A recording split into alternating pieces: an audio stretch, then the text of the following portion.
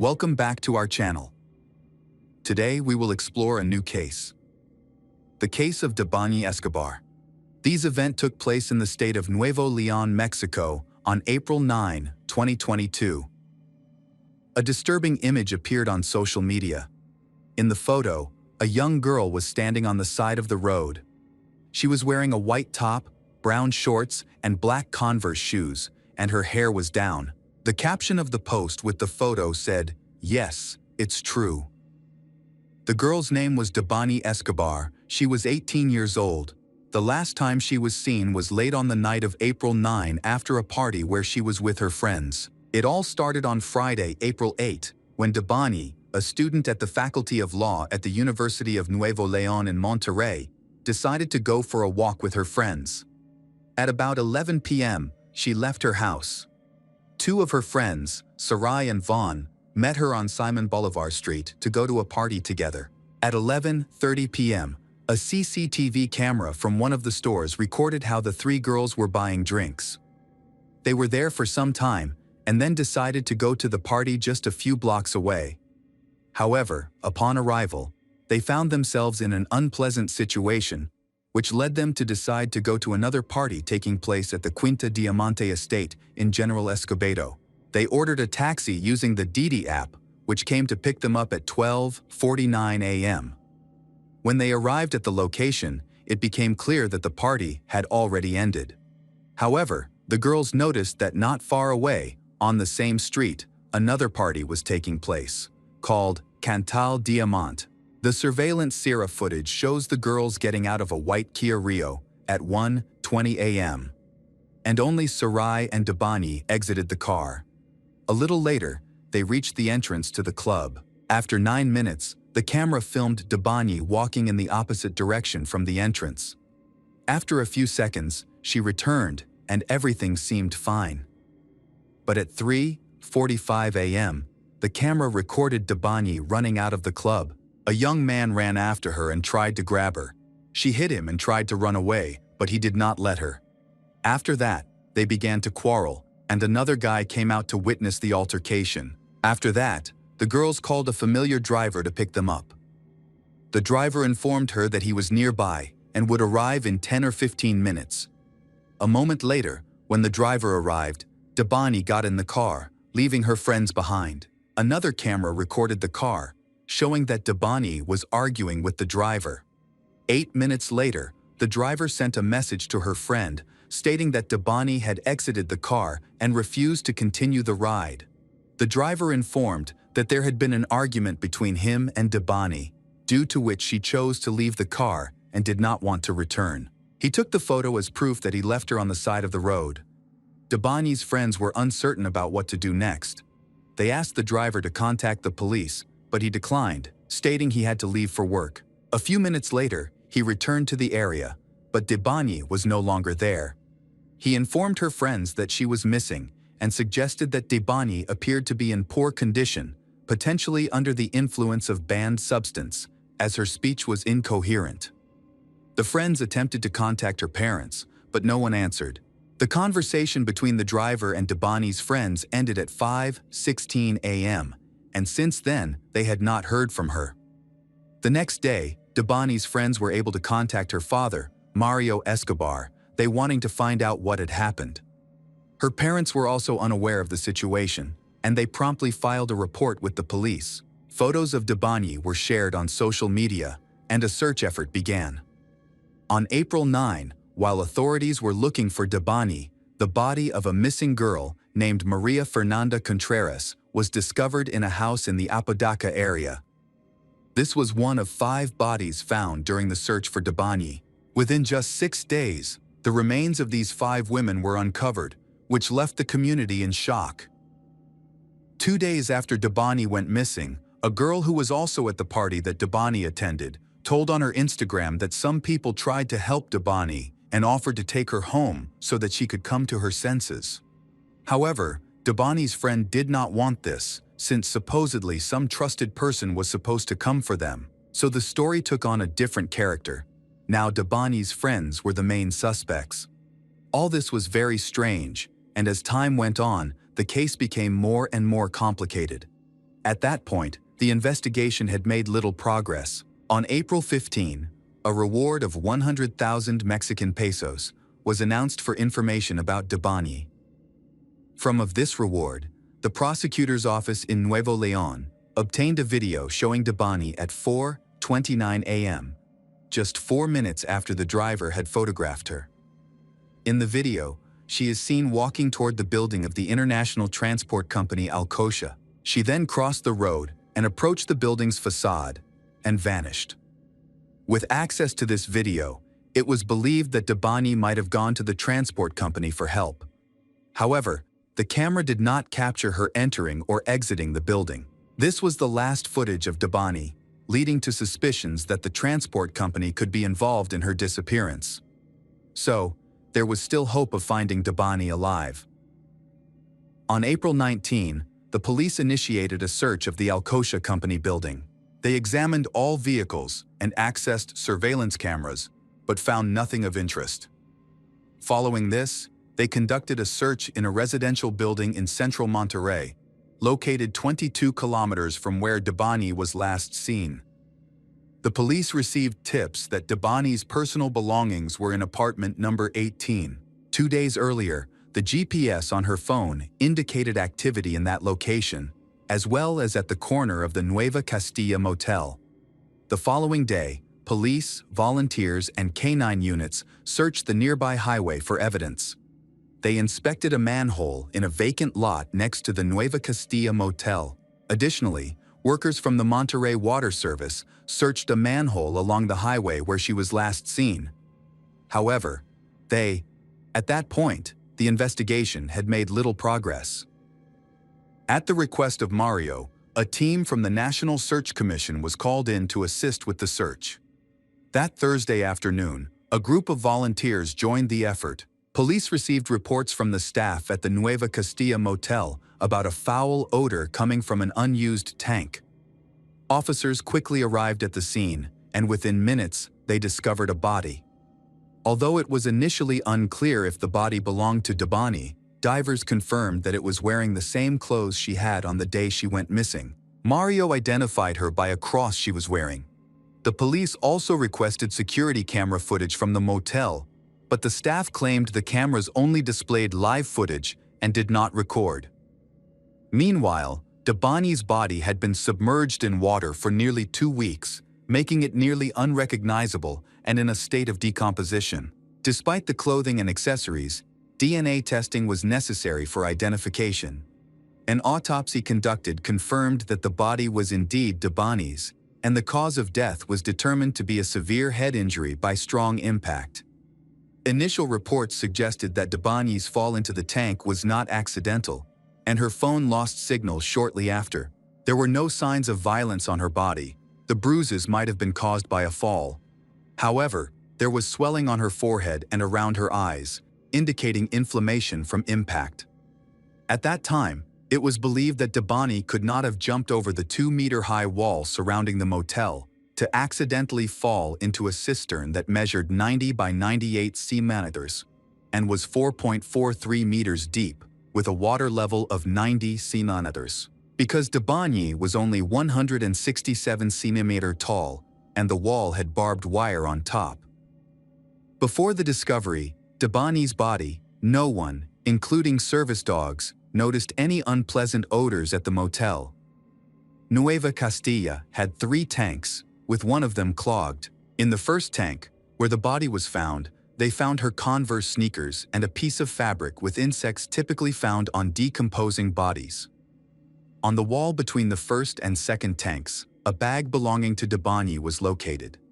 This bag contained a red plastic container, a white bra, 2 pieces of beige fabric, and a black and white fabric mask.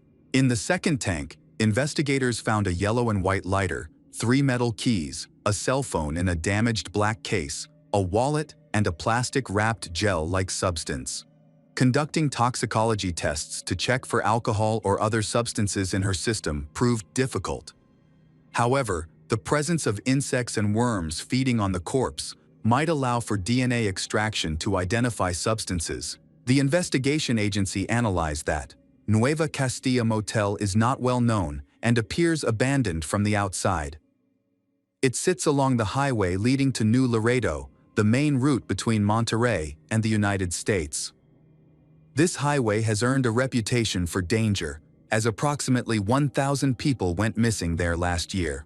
They found no signs of a break-in near the tanks, leading them to conclude that Debani likely entered the motel through the main entrance of the restaurant. 2 days after the body was found, security camera footage from the motel was released. This was unusual because the staff had previously stated that the cameras only recorded in real time. The footage provided by the prosecutor's office shows the motel's restaurant and 2 glass doors, one facing the highway and the other leading to the tank area inside the motel. In the footage, Debani is seen entering the motel at 4:33 a.m. Another camera captures her running to the motel, going around the restaurant, and reaching the glass door. When she noticed no one was there, she dashed to the corner of the restaurant, where she stayed for about 20 minutes. Then, she ran again along the wall of the hotel. This was the last confirmed sighting of her alive. Following a review of the surveillance footage, the prosecutor's office requested that the motel be placed under check. Investigators discovered that an outdoor camera at a neighboring restaurant recorded a car parked at the Nueva Castilla motel, where a man entered. They was believed that this man took Debani away in that car. Days later, the car was identified, and the man who got in was also revealed. However, after being questioned, he was declared innocent of the case. Meanwhile, Mario sought external assistance to carry out a second autopsy and compare its findings with those of the first. Everyone was left wondering why Debani exited the taxi that was supposed to take her home. New footage that surfaced in the media suggested that her departure might have been prompted by harassment from the taxi driver. In the video, the driver is seen extending his right hand toward the girl's chest, leading to speculation that she left the car due to his inappropriate behavior. In response to these allegations, taxi driver Juan appeared in the media on April 27 to share his side of the story. In the interview, Juan David denied any harassment, explaining that the footage actually captured him handing Debani a phone charger because her phone battery had died. And he said his conversations with Debani's friend, he shared an audio recording he made while Debani was in his car. In the recording, she states, "My parents deserve the truth." Juan explained that she got into the car because she felt her friends from the party were bad influences. They didn't want to see her off. Debani started crying, and Juan noted that she appeared to be in distress, possibly under the influence of banned substance, as her speech was unclear. He mentioned that, when he requested her home address to take her there, but she didn't respond. He then asked her friend for Debani's mother's phone number, but they didn't have one. While driving on the highway, Debani unexpectedly asked him to stop the car and then exited. Juan tried to persuade her to return while she stood by the roadside, but she did not come back. Then, he took a photo of Debani and sent it to Debani's friends to alert them to her location. 2 of Debani's friends also gave an interview on television. The girls mentioned that at the party, Debani was aggressive and did not accept help from anyone. She asked to be left alone. Sarai learned that Debani had a disagreement with a group of people who wanted to take her home, which caused her to act oddly. Her friends suspected that something was wrong with her drink at the party, leading to her withdrawal from socializing with others. Eventually, she ran out of the club, and some guys tried to stop her. Others also came out to assist Debani, but she reacted aggressively and insisted that they leave her alone. She mentioned that her parents were lawyers and offered money to anyone who would let her be. The girls ordered a taxi, using the same driver they had trusted before. When the taxi arrived, only Debani got in, while this driver is different from the driver they want to see again. After leaving the party, the girls attempted to call Debani's father multiple times between 3:50 a.m. and 4:30 a.m., but he did not answer. It wasn't until 8:35 a.m. that they finally reached him to ask if Debani had made it home, only to discover that she was missing. One significant piece of evidence that prompted further investigation was a promotional video from the motel, which featured a song. The video not only showcased the motel, but also zoomed in on room 174. This raised suspicions that a motel worker might have been hinting at what happened in that room. As a result, the initial search lasted about 7 hours and yielded some evidence, along with previously overlooked surveillance footage. At the request of Debani's parents, room 174 was examined for blood traces, both inside the room and in the parking lot. The prosecutor's office announced that 5 individuals present at the motel that night have already been interviewed. A white truck was noted to have arrived shortly after Debani entered the hotel grounds. However, the last 8 or 9 minutes of the footage were missing, and they might contain crucial clues for solving the case. Experts are currently working to recover the potentially deleted records. On May 5, it was reported that Debani's ID stolen from her 2.5 months prior during a robbery was discovered. A resident of Building 15, where a search had already taken place, found the ID in a flower bed of the residential complex. Nonetheless, this find has not yet contributed to solving the case. Then, new information was reported in the media. Mario accused the Nuevo Leon prosecutor's office of hiding the results of a second autopsy on Debani's body. In there, the findings indicate that she did not suffer multiple blows to the head from blunt objects. However, medical examiners noted bruises on both sides of her head, her forehead, both eyelids, the left side of her nose, her lips, and around her ears. The report suggests that the varying severity of head injuries was likely caused by external impact, pointing to the likelihood that these injuries were inflicted by another person, this indicating a violent death rather than an accident. Furthermore, it was determined that Debani died before entering the water, as no water was found in her lungs. The report also revealed bruises and hematomas in the genital area, suggesting abuse violence. It dismissed the possibility of strangulation, since there were no injuries to her neck. This has highlighted the persistent negligence of the police. It is troubling that, in today's world, the authorities are not trustworthy. The case of Debani Susana Escobar is not only a personal tragedy, but also a powerful reminder of the violence against women in Mexico. To date, no one has been arrested or charged in connection with her death, leaving her family and the public questioning the justice system and the safety of women in society. Debani has become a symbol of the fight against gender-based violence, a problem that affects an average of 10 women every day in Mexico. Despite protests and constant pressure from the community, the investigation and prosecution process has been slow, leaving the quest for justice for these young women a significant question mark. Debani's death has not only left her family heartbroken, but has also sparked outrage and a determination for change in society. But will this voice and struggle be enough to bring justice and end similar tragedies? The answer still lies in the future.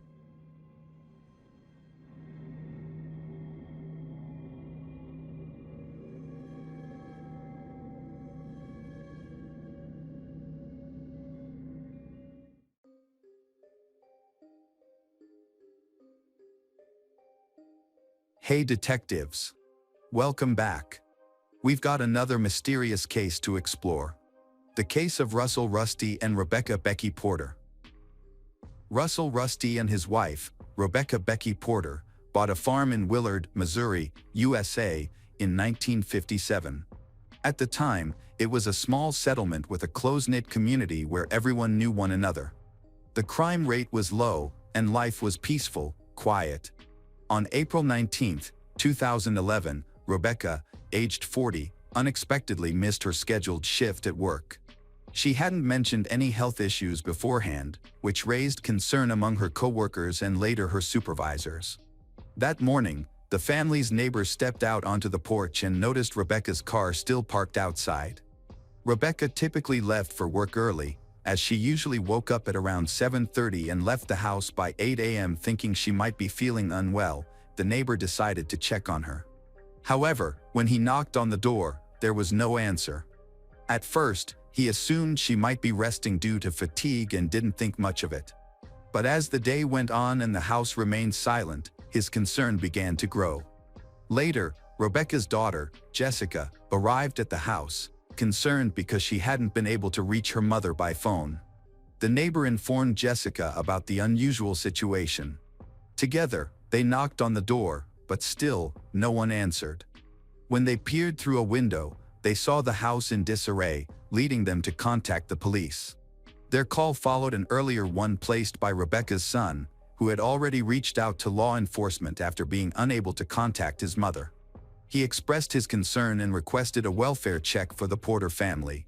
When the patrol arrived at the house, they were immediately hit by a strong smell of cleaning products, noticeable even from the porch. The officers inspected the property and peered through the windows. Inside, they found the house in total disarray, particularly in the kitchen and the main bedroom. In the bedroom, the bed was out of order, the mattress tilted, the blanket pulled off, and belongings like a handbag and a mobile phone scattered across the floor. There were clear signs of a struggle, which made the house resemble a crime scene. In the kitchen, they discovered a cut window screen, suggesting it might have been used as the entry point for a burglary. The situation seemed to point to a break-in. However, upon entering the house, the officers uncovered something that didn't support the burglary theory. Surprisingly, many valuable items were untouched despite the chaotic state. Rebecca and Russell were nowhere to be found, fueling suspicions of foul play. The police's findings prompted them to seal off the area and launch an investigation into possible kidnappings.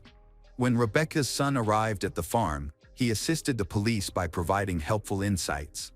What deeply concerned him was the presence of his stepfather's medication, which was still at the house. Russell, his stepfather, relied on these pills every day after medical treatment, and Russell would never leave them behind if he left the house. Rebecca's wallet, which she always carried with her, was found in the marital bedroom. Her car remained parked outside the house, and inside the car were her bank cards, with the key left in the ignition. This raised serious concerns, as it was clear something alarming had occurred. Although the house had a strong smell of cleaning products, only one bottle of bleach was found, and it was still full. No empty containers of cleaning products were discovered, yet it was evident they had been used very recently. This seemed suspicious. Someone had likely discarded them after use. It appeared the perpetrator had quickly poured bleach over various areas in an attempt to erase evidence, with pools of bleach still visible in some spots. The police found a computer monitor under the table, but the rest of the system was missing. It appeared to have been disassembled, as some wires were still present. Upon investigation, the police discovered that this computer managed multiple cameras located both inside and outside the house. The theft of the system unit meant all the stored data had also been taken. It was clear the perpetrator had stolen the evidence to prevent it from falling into the detectives' hands. Additionally, it was determined that all the cameras were connected to a single security system. The system had sent out an alarm prior to the incident, but no response was received. Investigators noted the unusually large number of CCTV cameras, which covered the entire property without any blind spots. Such extensive security measures in a quiet, safe neighborhood raised suspicions. Many assumed the system was installed to comfort Rebecca, whose nerves and fearfulness had grown with age. However, the situation was concerning since they lived in an area where residents were familiar with one another and serious crimes had not occurred in years. The police theorized that they might have felt threatened or frightened by someone, possibly an enemy, who acted against them. The stolen cleaning products indicated that the criminal might have been trying to erase evidence of blood, leading investigators to fear the worst. However, Rebecca and Russell's children rejected this idea. They argued their parents had no enemies, were peaceful by nature, and rarely engaged in conflicts, let alone provoke someone to commit a crime. The neighbors were also shocked by the news. The Porters were viewed as deeply religious and upstanding people, attending church every Sunday and frequently participating in neighborhood events. They seemed friendly to everyone. However, people who knew the family better informed police about Russell's troubled past. Before meeting Rebecca, he had struggled with alcohol and substance addiction, which raised the possibility of him relapsing into old habits, accruing debts, or associating with dangerous individuals. However, There were no recent signs of such behavior. Rebecca made great efforts to help Russell overcome his problems and prevent relapse. Many neighbors heard these speculations, and rumors began spreading. Some even believed a Mexican cartel might have been involved in Rebecca and Russell's disappearance. Meanwhile, the police explored different possibilities, such as one spouse harming the other and fleeing, or both voluntarily ending their lives together. Bloodstains were discovered in the house despite attempts to clean, reinforcing the police's theory of a violent crime. However, even by the third day of the investigation, there were no concrete leads or evidence. Rebecca and Russell were officially declared missing, and the search efforts intensified. Authorities suspected at least one person had been harmed in the house. Suspicion grew as both spouses had left behind essential personal belongings they used daily, suggesting they might both be victims. Neighbors and friends were left wondering and trying to figure out what had happened to Rebecca and Russell. Everyone was bewildered by their sudden and inexplicable disappearance. As more time passed without any sign of them, anxiety grew among family members and local residents. Disturbing rumors spread throughout the community, creating fear among the public. Approximately 5,000 flyers featuring pictures of Rebecca and Russell were printed. Family members and volunteers distributed them widely, placing them at gas stations, grocery stores, truck stops, and other areas frequented by locals. The local cycling community has joined in a search effort, assisting by interviewing residents for clues to Rebecca and Russell's whereabouts. A reward has been offered, and detectives have been working closely with relatives and friends of the family to gather information about the surroundings, identify possible suspects, such as the kidnapper or killer. They also investigated any recent or past conflicts the Porters might have had with other people. Through this, it was revealed that a family member, Robert Campbell, had been involved in a dispute with Russell. Robert, who drove a pickup truck, lived near the Russells and became the primary suspect in their disappearance. Detectives begin investigating his life and relationships, uncovering a long-standing conflict between him and the Russell family. Their disputes often escalated into heated arguments, and about 3 weeks before Rebecca and Russell vanished, the tension reached a breaking point. Both parties obtained restraining orders against each other. Naturally, detectives approached Robert at his home to question him about the incident leading up to Rebecca and Russell's disappearance. It was revealed that Robert had been claiming ownership of the family farm, even though he had no legal rights to it. Previously, Robert had lived on the property until new owners, Russell, who inherited the farm from his grandfather, and his wife Rebecca, moved in. Robert was upset by this, believing that, as the former owner's son, he was entitled to the property. However, he had been excluded from the will due to strained family relationships. Most of the conflict revolved around the farm. Robert proposed splitting the farm with Russell, but Russell refused and presented the ownership documents. This refusal fueled Robert's resentment. Robert believed his claims were valid because, prior to Russell and Rebecca moving in, he had worked on the house.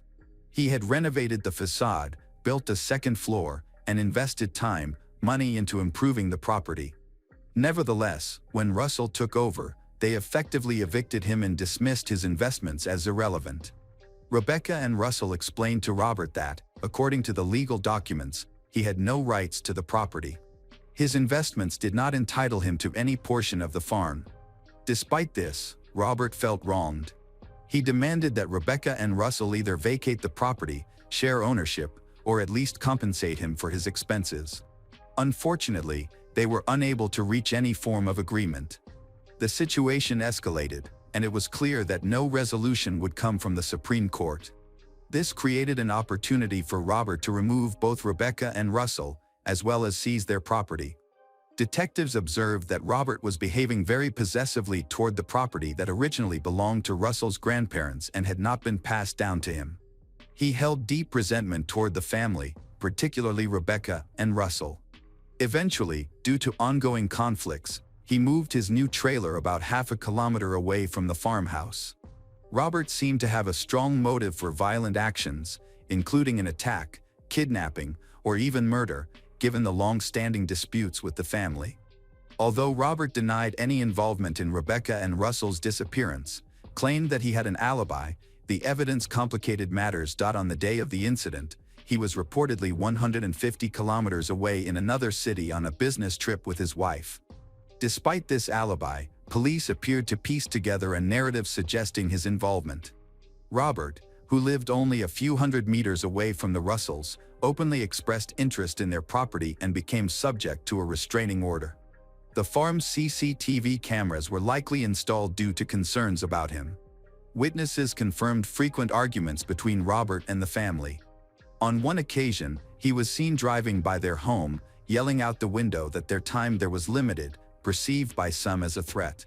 It was plausible that Robert could have hired someone to carry out the crime since he had a clear motive and might have wished to avoid direct involvement. But could he really harm his own relatives and their spouse? As investigations dug deeper, it was revealed that Robert harbored significant resentment toward them as recently as a year before their disappearance. Rebecca had previously been married before meeting Russell. Her first husband, Terrence, was a local church pastor. Their divorce was complex and highly controversial. 4 months after the split, Rebecca met Russell.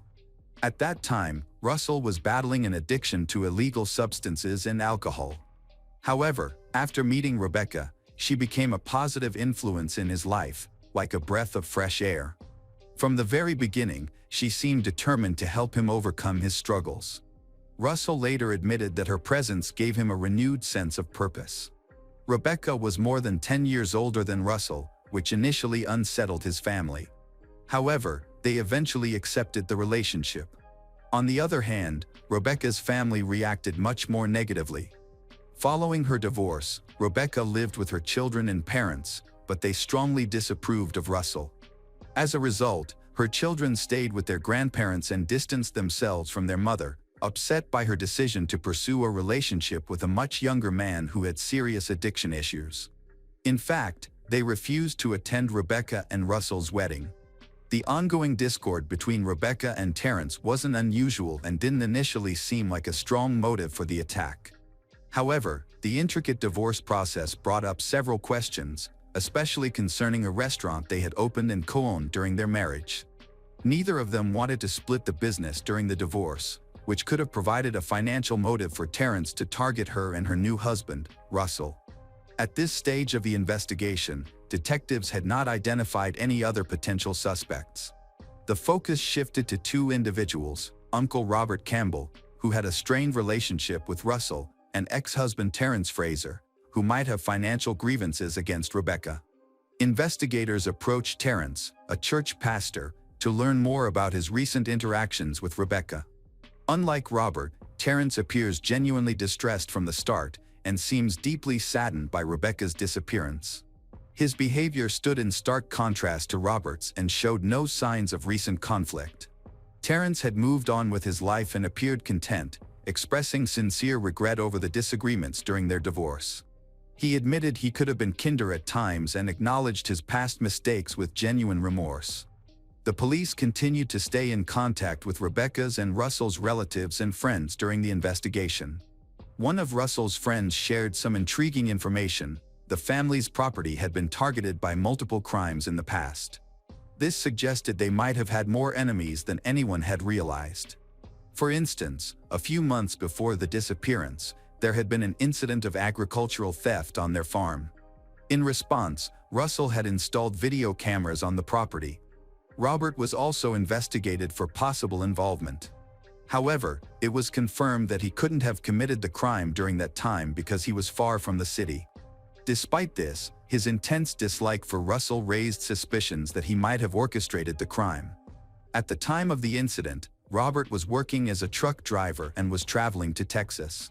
Separately, Terrence was also ruled out as a suspect through further checks. This led to the theory that the Porters might have had other, less obvious enemies unknown to the police. Eventually, the investigation appeared to hit a dead end. About a week after Russell and Rebecca disappeared, an unexpected development occurred. Early one morning, the station received a call reporting that Donald and Helen Willingham had been found stabbed to death in their home. The police immediately noticed several similarities between this case and the Porters. Both homes were broken into without warning, nothing of value was stolen, and the level of brutality was extreme. However, unlike the first incident, the bodies in this case were not removed, nor was there an attempt to clean up the crime scene. The reason? A neighbor had frightened the perpetrator. The witness even chased a man wearing a black hoodie for a short while but failed to catch him. The suspect managed to escape, but the neighbor promptly reported the incident to the police around 5 a.m. The investigation into the second case revealed troubling parallels. The Willingham family bore a striking resemblance to the Porters. Both women, Helen and Rebecca, were actively involved in their local church. Helen was married to Donald, the local church pastor, just as Rebecca had once been. This raised fears of a possible serial killer or a connection between the two families. Despite intense efforts by law enforcement, progress in both investigations was limited. The police thoroughly examined the relatives of the Willingham family, their close acquaintances, and the timeline leading up to the crime. As in the case of the Porter family, several suspects were identified, but each was ruled out after further questioning. Both cases appeared to be at a standstill until July 2011, when the situation took a turn.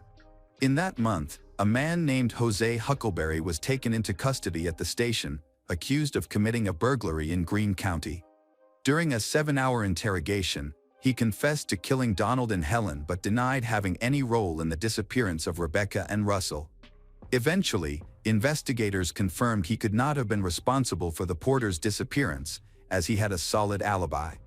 Both the cases of the Porter family and the Willingham family exhibit striking similarities and notable differences, particularly regarding the motives and methods of the murderer.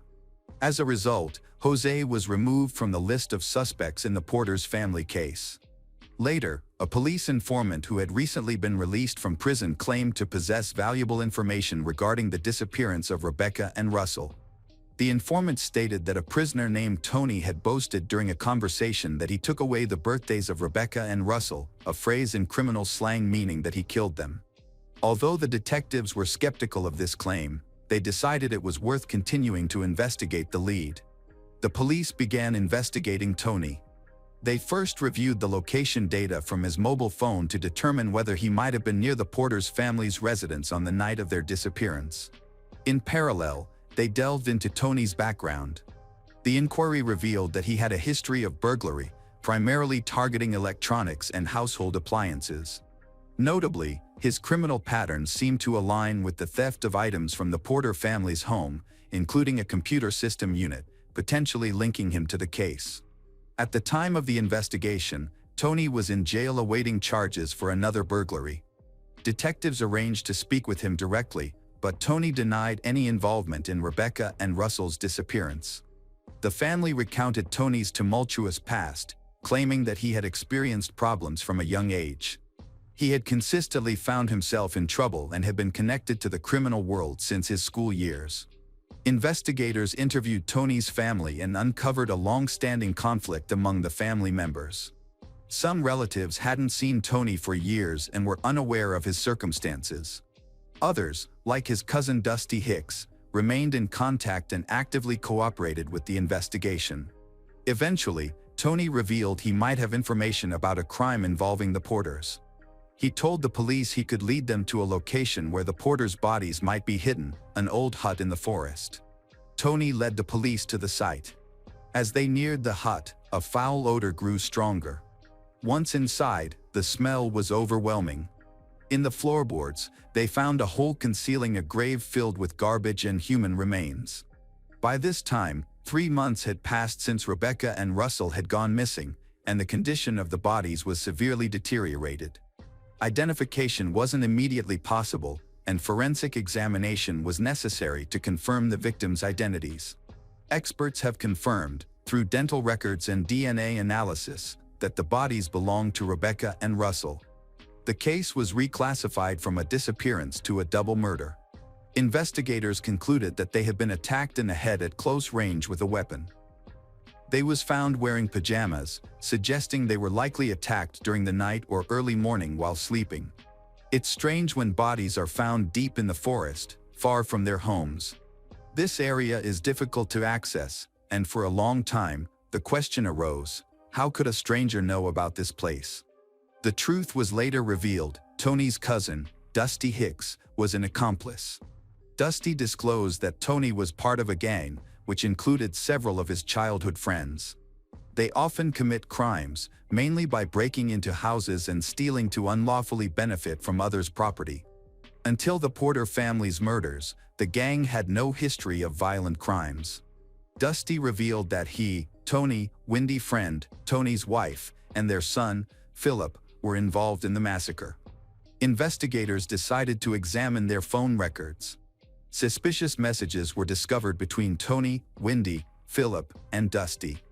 On April 18, 2011, they were near the Porter's family house, but their devices were switched off a few hundred meters away from the farm.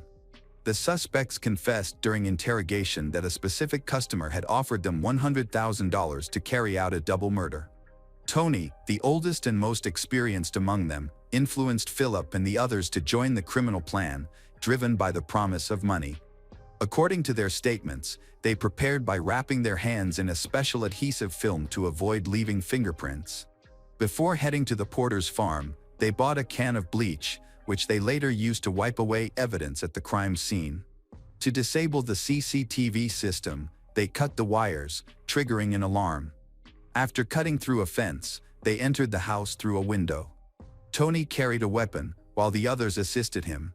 He went into Rebecca and Russell's bedroom, brandished the weapon at them, who had awakened, and instructed the accomplices to restrain them using plastic ties. They were then abducted and taken away in a pickup truck to an isolated forest area. Rebecca and Russell were left near a cabin in the woods, where their bodies were later discovered. Philip, one of the suspects, disclosed that Tony and Dusty led them deeper into the forest. Approximately 10 minutes later, he heard the sound of weapons exploding, followed a few minutes later by another explosion, signaling the deaths of Rebecca and Russell. Their bodies were buried hastily in a makeshift grave. The perpetrators returned to the Porter's family home to clean up the crime scene and stole a computer containing footage from the CCTV cameras to eliminate incriminating evidence. The police focused on the person who ordered the crime, someone willing to pay $100,000 to kill two innocent people. Tony eventually revealed a name, Robert Campbell. It made sense to the investigators, as Robert, Russell's uncle, had more than one motive. He wanted revenge for being evicted, but there was something deeper. Russell and Rebecca knew a terrible secret about him, though the exact details were never revealed. Russell and Rebecca suspected that Robert was involved in illegal activities, specifically selling stolen equipment. They had gathered evidence and were planning to report him to the police. To prevent this, Robert turned to his friend Tony, who organized a group to carry out the murders. The entire gang was eventually arrested.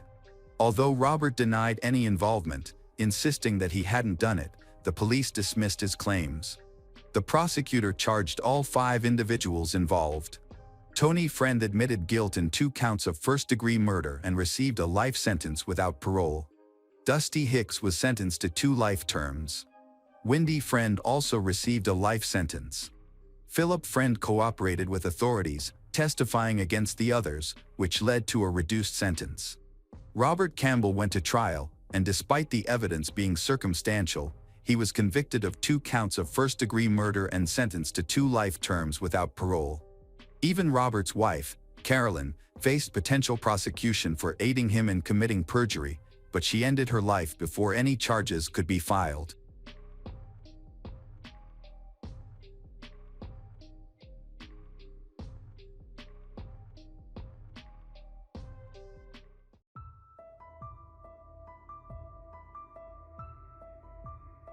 Hello, crime enthusiasts.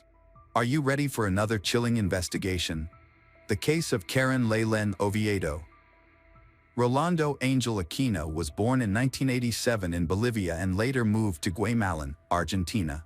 He is the oldest of 7 siblings and started working at the age of 14 to support his parents.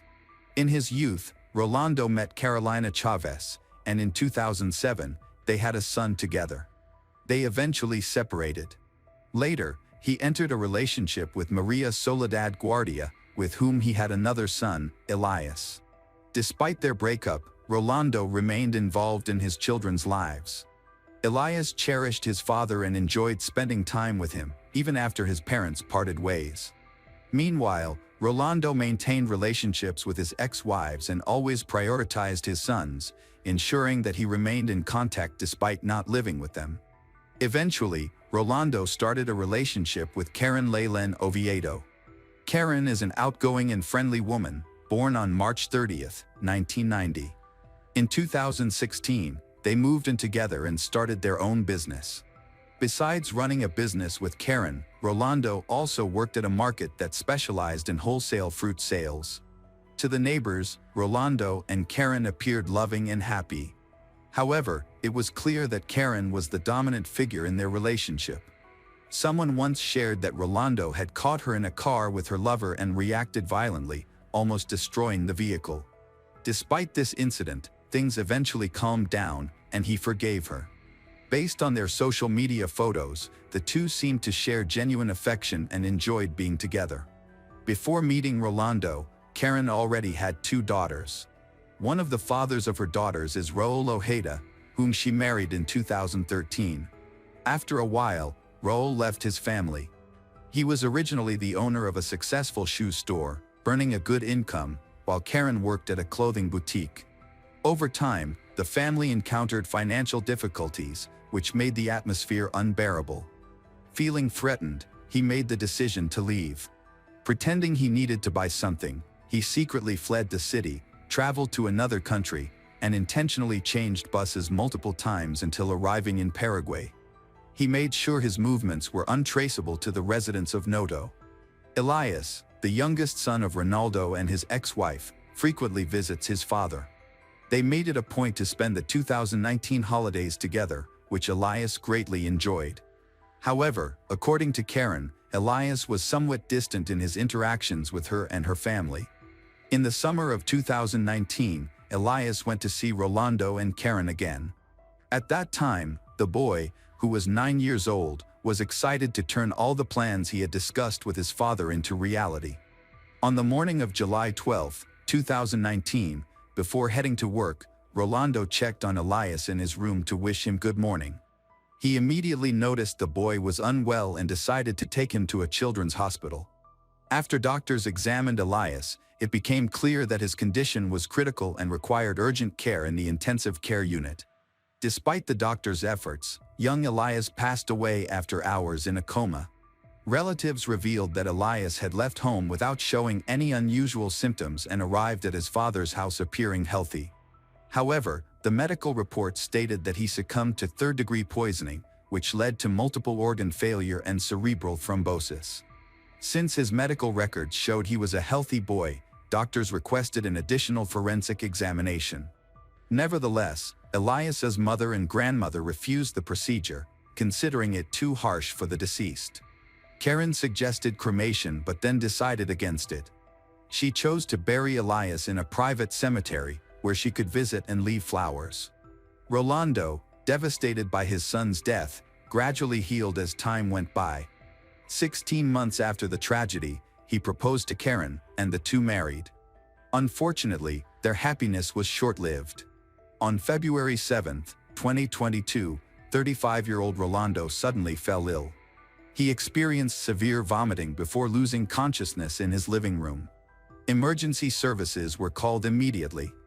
Karen opened the door to let the medical team in, and they found Rolando still lying on the floor.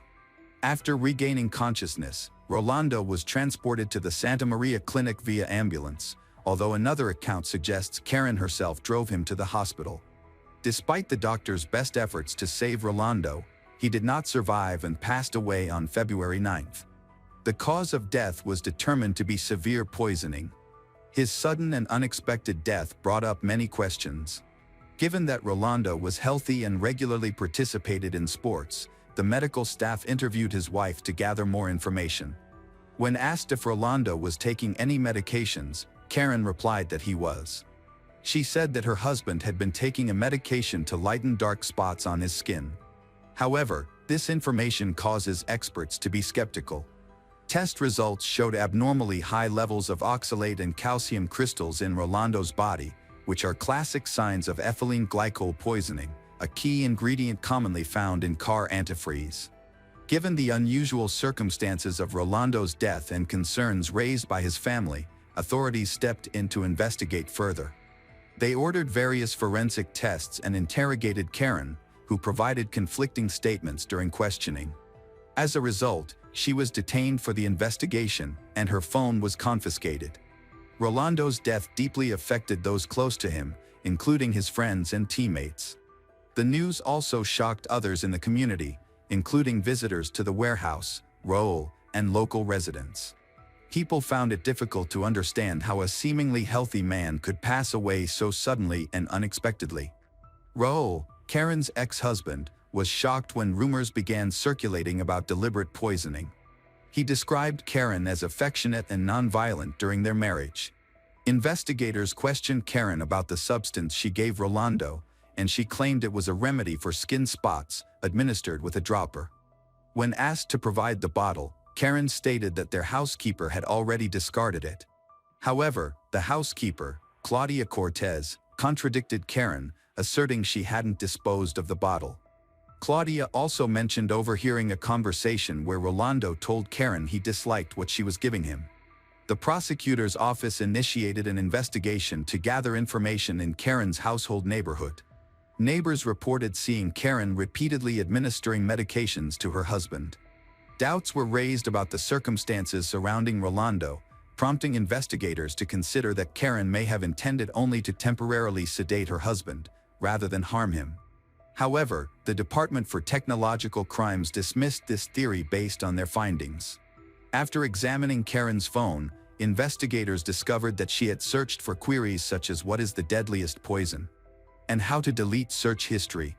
Furthermore, evidence revealed that she had ordered ethylene glycol from an online store twice in the days leading up to her husband's death. According to the Centers for Disease Control and Prevention's Agency for Toxic Substances, ethylene glycol is a synthetic liquid that absorbs water and is commonly used in the production of antifreeze. It is odorless, has a sweet taste, and is highly toxic to humans. Based on preliminary findings from the forensic examination conducted by the Supreme Court, investigators charged Karen with intentionally poisoning Rolando by diluting a toxic substance with orange juice. Consuming the drink caused Rolando to suffer severe poisoning over the weekend of February 5th and 6th, leading to a rapid decline in his health. He was admitted to the emergency room on Monday and subsequently passed away. By mid-February, authorities compiled sufficient evidence against Karen, and on February 16th, she was formally charged with aggravated murder. Rolando's death and the subsequent investigation raised suspicions about the circumstances surrounding the death of 9-year-old Elias. Authorities launched a new inquiry into Karen's potential involvement in the boy's death. Upon reviewing Elias's medical history, the prosecutor's office noted that Karen claimed he was healthy and energetic, but during a stay at his father's home, the child suddenly fell into a coma from which he never recovered. The death certificate stated that Elias died due to internal organ failure and brain thrombosis. However, investigators questioned whether such causes were plausible for a healthy child of his age. The prosecutor's office uncovered evidence linking Karen to the purchase of ethylene glycol. Store records confirmed that she purchased the substance on July 2, 2019, shortly before Elias moved into her household. Furthermore, Elias's relatives revealed that Karen had strongly advocated for cremating the boy's remains, despite his biological mother opposing the idea and choosing burial instead. Based on the accumulated evidence, prosecutor Claudia Rios charged Karen with aggravated murder on March 4, alleging that she had poisoned Elias. On March 14, the court approved a pretrial detention order for Karen. Although she appealed the decision, the judge upheld the ruling, requiring her to remain in custody until the trial. The trial commenced on Monday, November 28, 2022, at the criminal court in Mendoza, nearly 10 months after the alleged incident. The case focused on Karen and two separate charges, the murder of Elias and the murder of Rolando. Prosecutor Gustavo Fellman handled the first charge, while prosecutor Claudia Rios managed the second. Javier Aquino, Rolando's eldest son and 15 years old at the time, acted as the plaintiff, supported by legal representation. In their opening statements, the prosecution argued that Karen had murdered Elias and later Rolando by giving them orange juice mixed with ethylene glycol. This toxic substance caused severe poisoning, ultimately leading to multiple organ failure. Karen's defense, however, challenged the prosecution's allegations, contending that there was no direct evidence linking her to the crimes. The defense attorney also highlighted that Karen lacked a clear motive for the murders, as she had already secured ownership of the house, 2 cars, and the family business. Additionally, they refuted the prosecution's assertion that Karen had used her phone to make suspicious purchases or research ethylene glycol online, undermining allegations that she had previously used the poison to harm Elias. While condemning the actions that led to the deaths as deplorable, the defense reminded the court that no conviction should occur unless guilt is conclusively proven.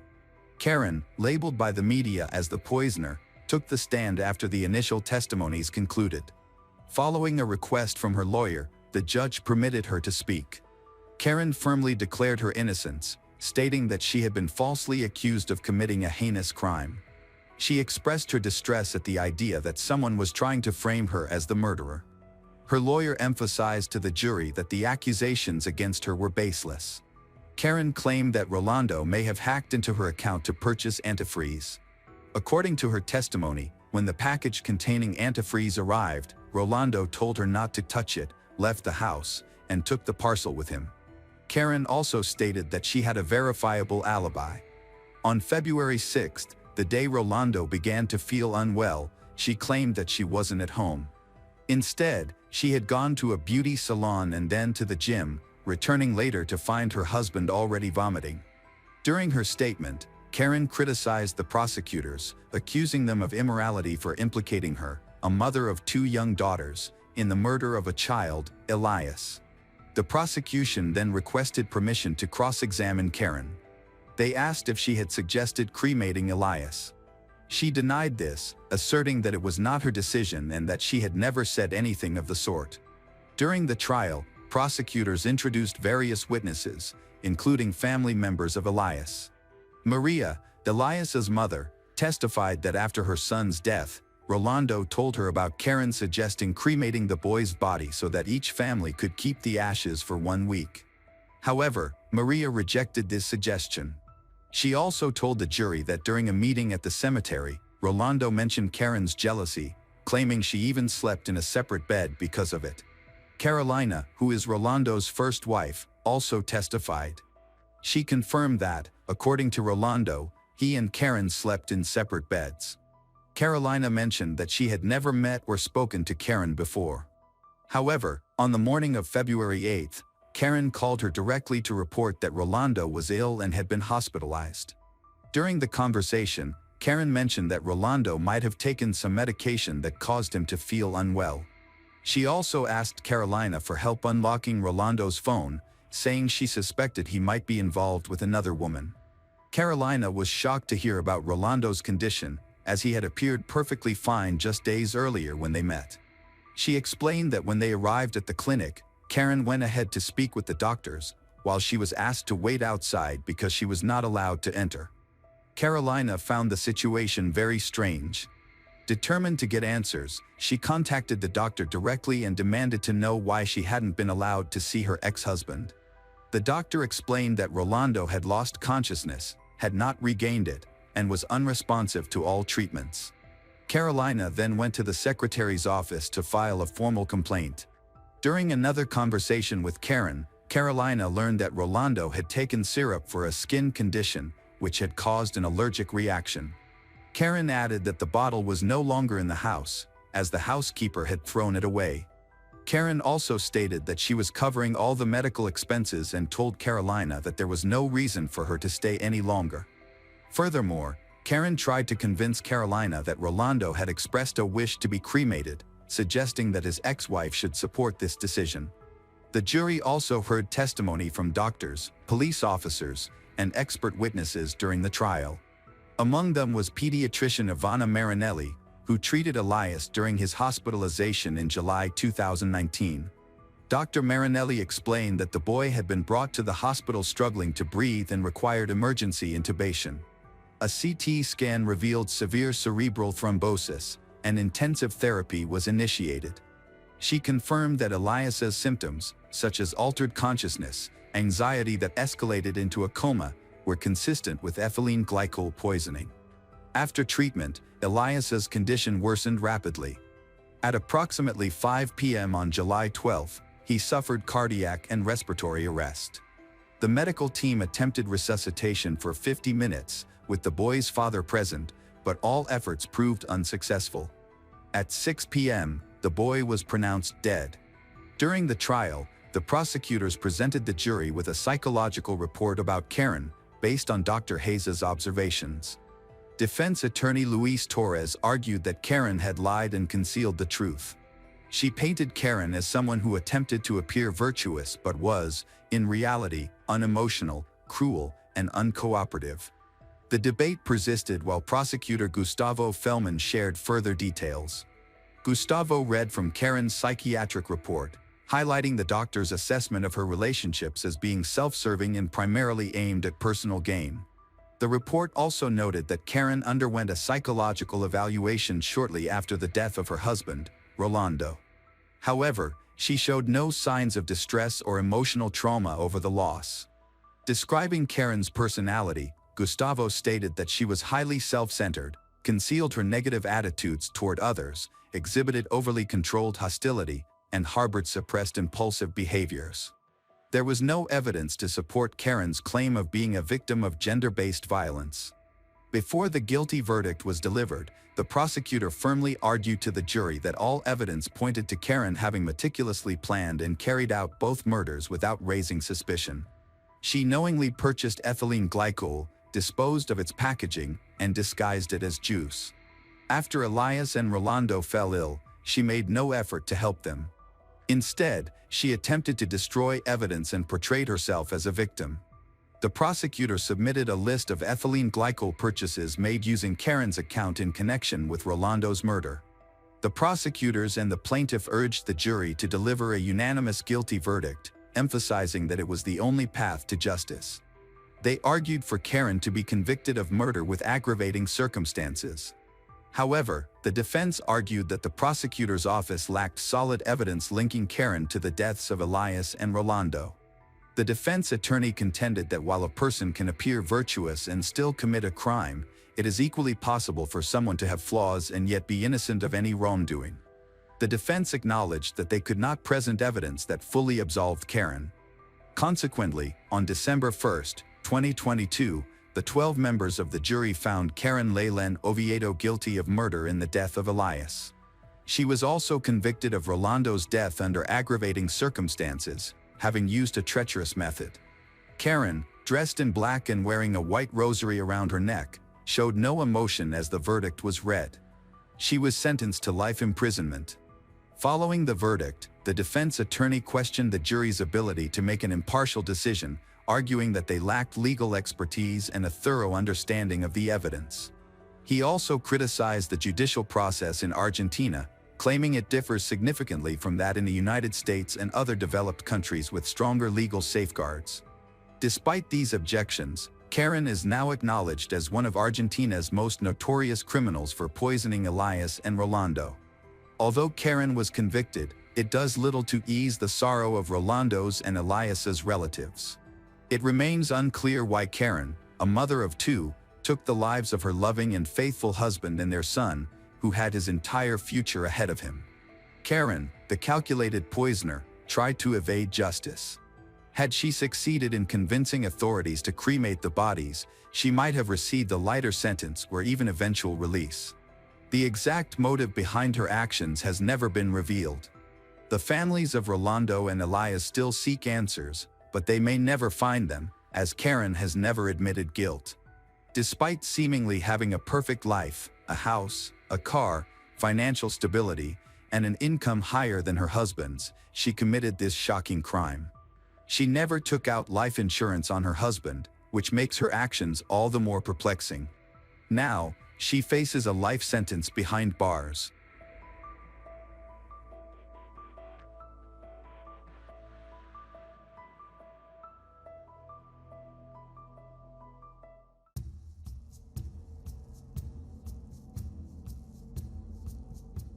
Hello everyone, today we will learn about another case. The case of Anne Margaret Carabin. Anne Margaret was born on April 5, 1959, in Poland, specifically in the city of Białystok, where she spent her childhood. Later, she moved to Canada to start a new life. She decided to settle in Mississauga, a large city in the province of Ontario, and met a man, Mr. Carabin.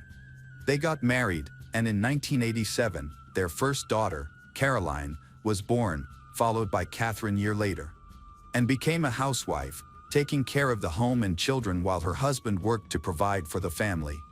Despite the appearance of having a happy family, Anne's husband showed little interest in parenting. He quickly grew bored with family life. As the girls grew up, more contradictions emerged in their views, and eventually, they decided to divorce.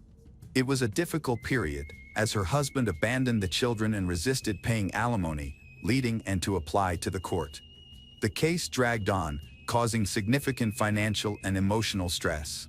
To stay afloat, Anne needed to work, and at one point, she even worked 2 jobs simultaneously, from morning to evening without days off.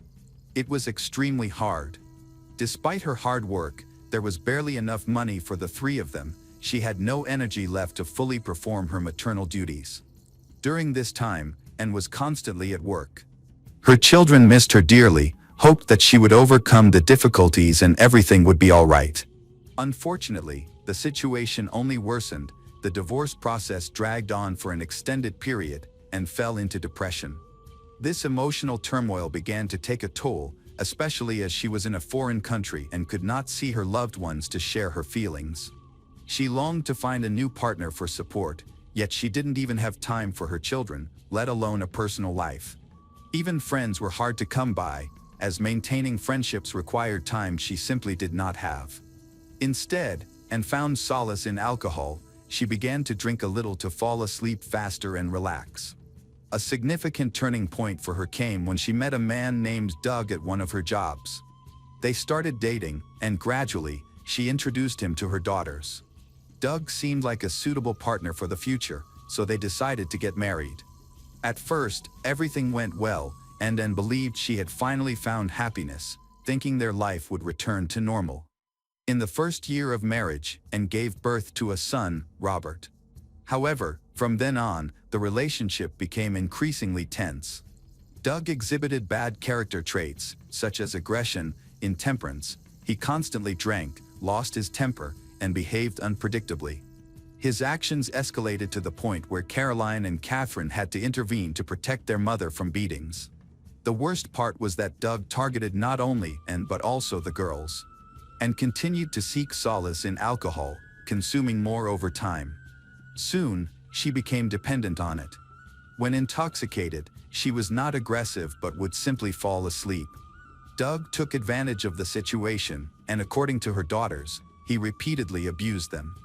This continued for quite a while before Anne discovered what was happening.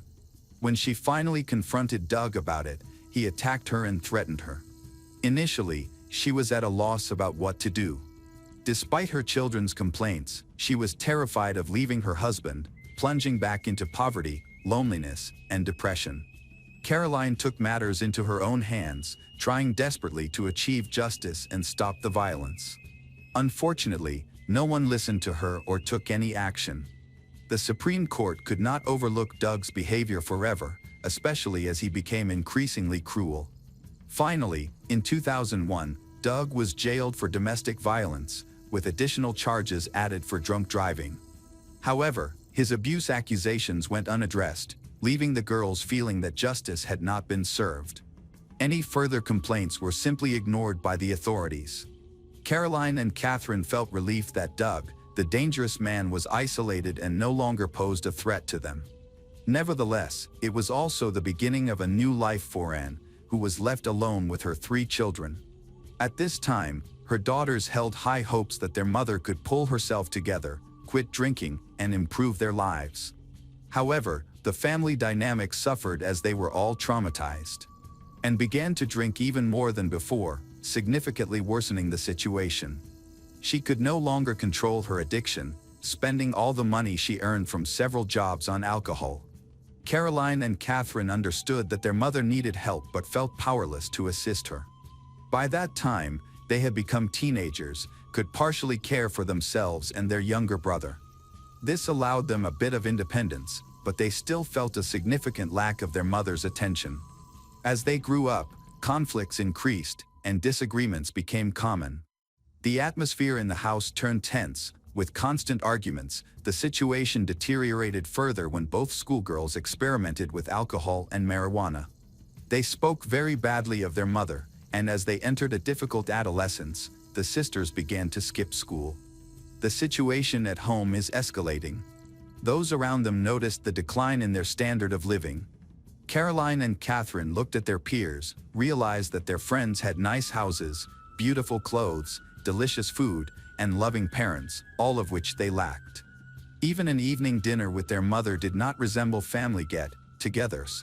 Family members had become very distant from each other. Some acquaintances supported the sisters, fed them, and gave them various things, but all of this was not enough for the teenage girls to feel normal. At the same time, they were very smart, energetic, and active. Teachers described their intelligence as above average. They succeeded in education and were expected to find decent jobs in the future. However, at that moment, they dreamed of becoming popular, wearing fashionable clothes like other girls who had no issues with their parents. Yet, there was something alarming in the behavior of these children. Some teachers noticed that Caroline and Catherine had a real talent for manipulating people. They easily achieved what they needed from others, and if they did something wrong, they often got away with it. Later, they dropped out of school altogether. As they grew, their dissatisfaction with their mother only grew, and soon real hatred for her awakened. They openly declared that she was a worthless mother who only thought of herself and her alcohol. Caroline and Catherine's turned to relatives, their father, and others for help, but no one did anything to assist them. Their negativity toward their mother only intensified. By 2002, they could no longer watch how she was ruining herself and them. In their minds, they began to mature a frightening plan. At that time, Caroline was 15 years old and Catherine was 14, but this did not stop them from developing a plan for a bloody massacre. They wanted to help their mother, but in a very distorted way. Their main goal was to save her from suffering. They wanted to do this in such a way as to gain popularity while also remaining winners. Caroline and Catherine knew that a life insurance policy for $200,000 had been issued for their mother. The mother had taken it out as soon as she had the opportunity at work, in case something happened to her. In this way, she insured and provided for her children. But Caroline and Catherine did not want to wait. They decided it was time to start an independent life. The sisters understood that they would not receive money if it were proven that their mother died at their hands, so the plan had to be carefully worked out. Thus, a school project called How to Kill a Mother was created. Initially, even they themselves perceived it as a joke. They shared it with their classmates and hoped to attract enthusiasts who would help find the best way to carry out the crime. They showed interest and constantly discussed various details of the murder so that they could execute it without getting caught. They began communicating with other teenagers and openly discussing everything in a specially created group. Their friends chose options, considering a gun or a knife. However, both sisters did not want blood and suffering for their victim, so they concluded that the most painless, simple way to kill their mother was by drowning. For some reason, they believed this was the easiest method with which they could quickly and easily cope, especially leave no traces.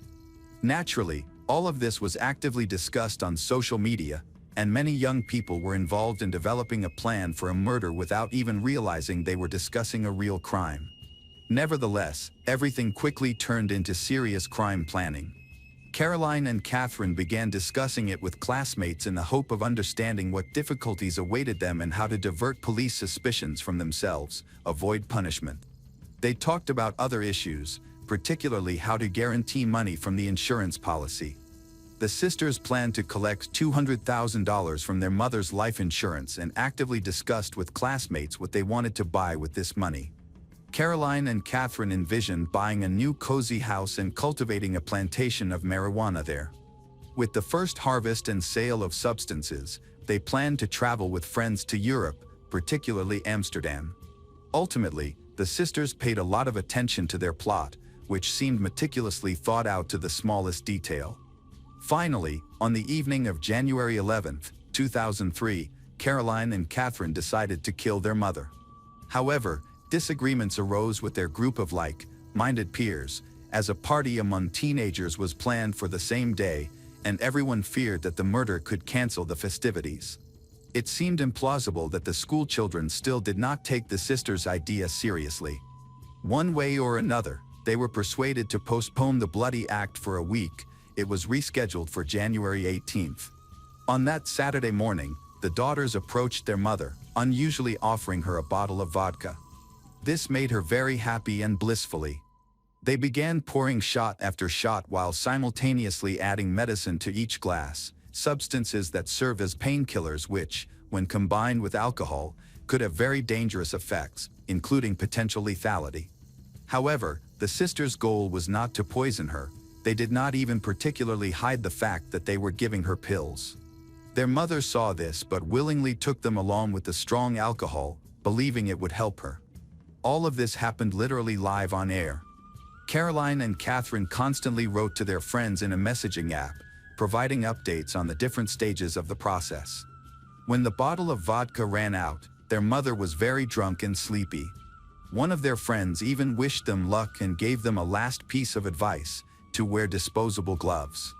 Caroline and Catherine took his advice and used protective equipment, which logically made one of their classmates an accomplice in the crime they were about to commit, as he seemed unaware of the seriousness of the situation.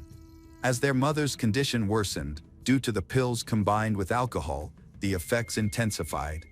Finally, they suggested she take a relaxing bath and also get a massage. She agreed.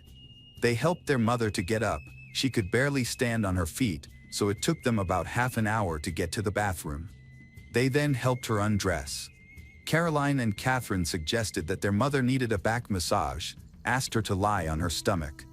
Obviously, in her state, and could not think rationally, so she complied with this absurd demand. At this point, the eldest daughter began to drown her.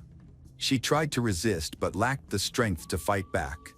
She pushed her hands against the bottom of the bathtub with all her might, and could not rise to breathe. The sisters believed that in order for she to drown, it was necessary to keep her submerged for 4 minutes. Catherine stood nearby, periodically counting down to support her sister. Naturally, when Caroline finally let go of their mother, and showed no signs of life, Caroline and Catherine was elated that their plan had worked. They even screamed with joy. Afterward, they informed their group that the project had succeeded. Now they had to cover their tracks and divert suspicion from themselves. This had also been carefully planned. They arranged to meet friends at a restaurant, leaving their mother's body in the bathroom, and went to Odnoklassniki. Their first toast was specifically for the successful murder of their mother. Caroline and Catherine spent several hours there before returning home. A few minutes after they arrived, an emergency call came in from distraught people claiming they had found their mother's body in the bathtub. The ambulance attempted to resuscitate her, but of course, it was too late, as she had already been in the water for several hours. Caroline and Catherine crying constantly and appearing inconsolable. Interestingly, to play out this tragic comedy, one of them had even trained with someone from Odnoklassniki who was involved in a theater club. The scene was prepared and executed very carefully. From the outside, it seemed that the drunk mother had simply fallen asleep in the bathtub and drowned, making it look like an accident. However, the experience of the police suggested otherwise. Detectives rarely deal with drownings, most often it's small children who die when left unattended, so it appeared strange for an adult woman, especially one in a state of strong intoxication, to get into the bathtub unaided. How could she even manage to undress, climb in without falling and hurting herself? Everything seemed illogical. Nevertheless, the sisters had planned everything well, even leaving a glass from which their mother had drunk in the bathroom to reinforce the police's suspicion of an accident. They managed to eliminate any traces of a struggle. Of course, no one had entered the house, which meant there were no strangers present. Naturally, given their age and the fact that they were upset teenage girls, no one expected that they were capable of drowning their own mother. In any case, the police needed to talk to Caroline and Catherine to clarify the details. Both sisters told an emotional story about how they discovered their mother without signs of life after returning from a restaurant. They admitted that when they left home, she had been drinking, but there was nothing unusual about it since she had been an alcoholic for several years. And had never been aggressive, rather, she tried to drown her sorrows from hard work days and failures in her personal life. According to them, they returned around 2 a.m. and immediately discovered their mother's body. They called emergency services to report the situation. Now, it was necessary to determine where Caroline and Catherine would live until they reached adulthood. Their younger brother, Robert, who was only 3 years old, was with his father at the time. Thanks to his sisters, the boy was doomed to grow up without a mother. Meanwhile, forensic scientists were working at the scene of the alleged accident. They relied on the temperature of the water, which had long since cooled to the level of the ambient air in the room, indicating that and had been dead for several hours before she was discovered. No signs of violence could be found on her body. However, Caroline and Catherine did not manage to commit the perfect crime so as to go unnoticed. The forensic expert noted that traces of desperate attempts remained on the victim's body, as if she had risen from under the water to take a breath while struggling against someone who was holding her. Barely noticeable marks were found on the tips of her fingers. In addition, Anne tried so hard to save herself that she tore off several nails. Despite this, after a toxicological examination, all the doubts of the police were dispelled. A lethal dose of alcohol was found in her body. Therefore, her death was immediately recognized as an accident resulting from drowning while under the influence of alcohol. The investigation was closed. Their aunt took Caroline and Catherine, becoming their guardian. As the girls planned, they received money from their mother's life insurance, part of which went to summer camp. It seemed that this initially humorous school project had evolved into the perfect crime, one that would evade justice. Caroline and Catherine simply could not remain silent about their success. They clearly did not feel the slightest remorse. They bragged that they were able to not only kill their mother but also get money while avoiding justice. Now they wanted to fulfill their dream of buying a beautiful house and planting it with weeds. However, they did not have time to implement their large-scale plan. 11 months after their mother's death, one of Caroline's friends went to the police to report the killers. From the very beginning, she was aware of what was happening. She so tormented by the pangs of conscience that she could not sleep normally. The friend revealed the truth about the planning and preparation of the crime that took place online, providing detectives access to her computer, where all these dialogues were recorded. Not only did the police see how this cruel plan was drawn up, but there were also numerous confessions from each of the sisters. However, the investigators believed that something more substantial was needed, so they decided to use this friend to obtain new evidence. Listening and recording devices were installed in the car. Now all that was left was to catch the criminals in a confession. In fact, it was quite simple to do this because Caroline and Catherine literally could not talk about anything else except the murder. Even after almost a year, it was enough to bring up this topic for them to start describing the process and their skills as killers. They continued to willingly talk about this event with obvious pride and without remorse. However, until that moment, few took the statements of theirs seriously. Now their talkativeness allowed the police to probe the details of the insidious plan. In particular, the sisters mentioned the pills that were never found during the initial toxicology examination. The test simply had not been carried out in full. After a lethal dose of alcohol was detected in the blood, everything else was discarded as unimportant. Finally, all the secrets became clear. On January 21, 2004, at 7 a.m., the police arrived at the house where Caroline and Catherine lived. Both girls were arrested and taken to the police station in their pajamas. They were still asleep. The computers of the main suspects were also confiscated. During interrogations, both denied their guilt. They tried their best to demonstrate innocent behavior. They even refused to wear the clothes that the police offered them. Both remained in their pajamas. This was probably intended to enhance their innocence. Of course, no one believed them. Under the pressure of evidence, the older girl, Caroline, quickly cracked. She burst into tears and admitted that she had killed her mother. Curiously, the younger sister Catherine could not be broken.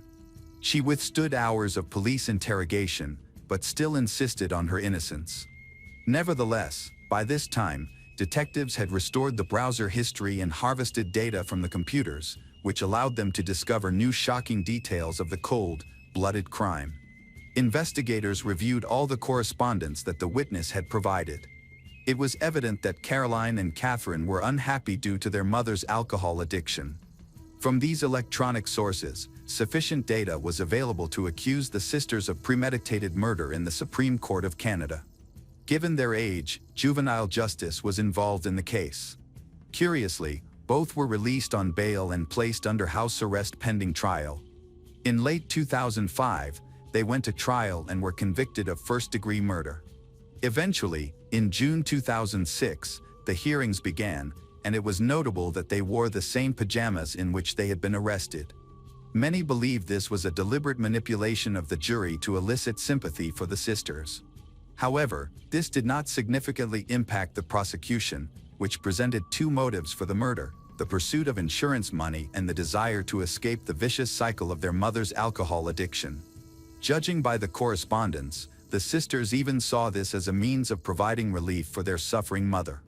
During the hearings, dozens of other schoolmates appeared, all of whom had participated in the same project, played roles in the planning, and offered advice, which meant they could well have been considered accomplices.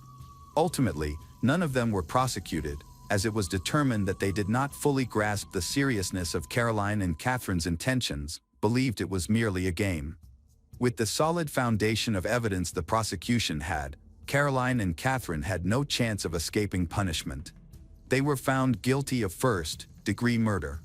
However, for minors under this charge, the maximum sentence was only 10 years in prison, of which they would serve only 6 years behind bars. The remaining 4 years would be under house arrest due to good behavior. The younger sister, Catherine, was released in 2009. By this time, Catherine was 21 years old. Shortly thereafter, Caroline was also released at 23.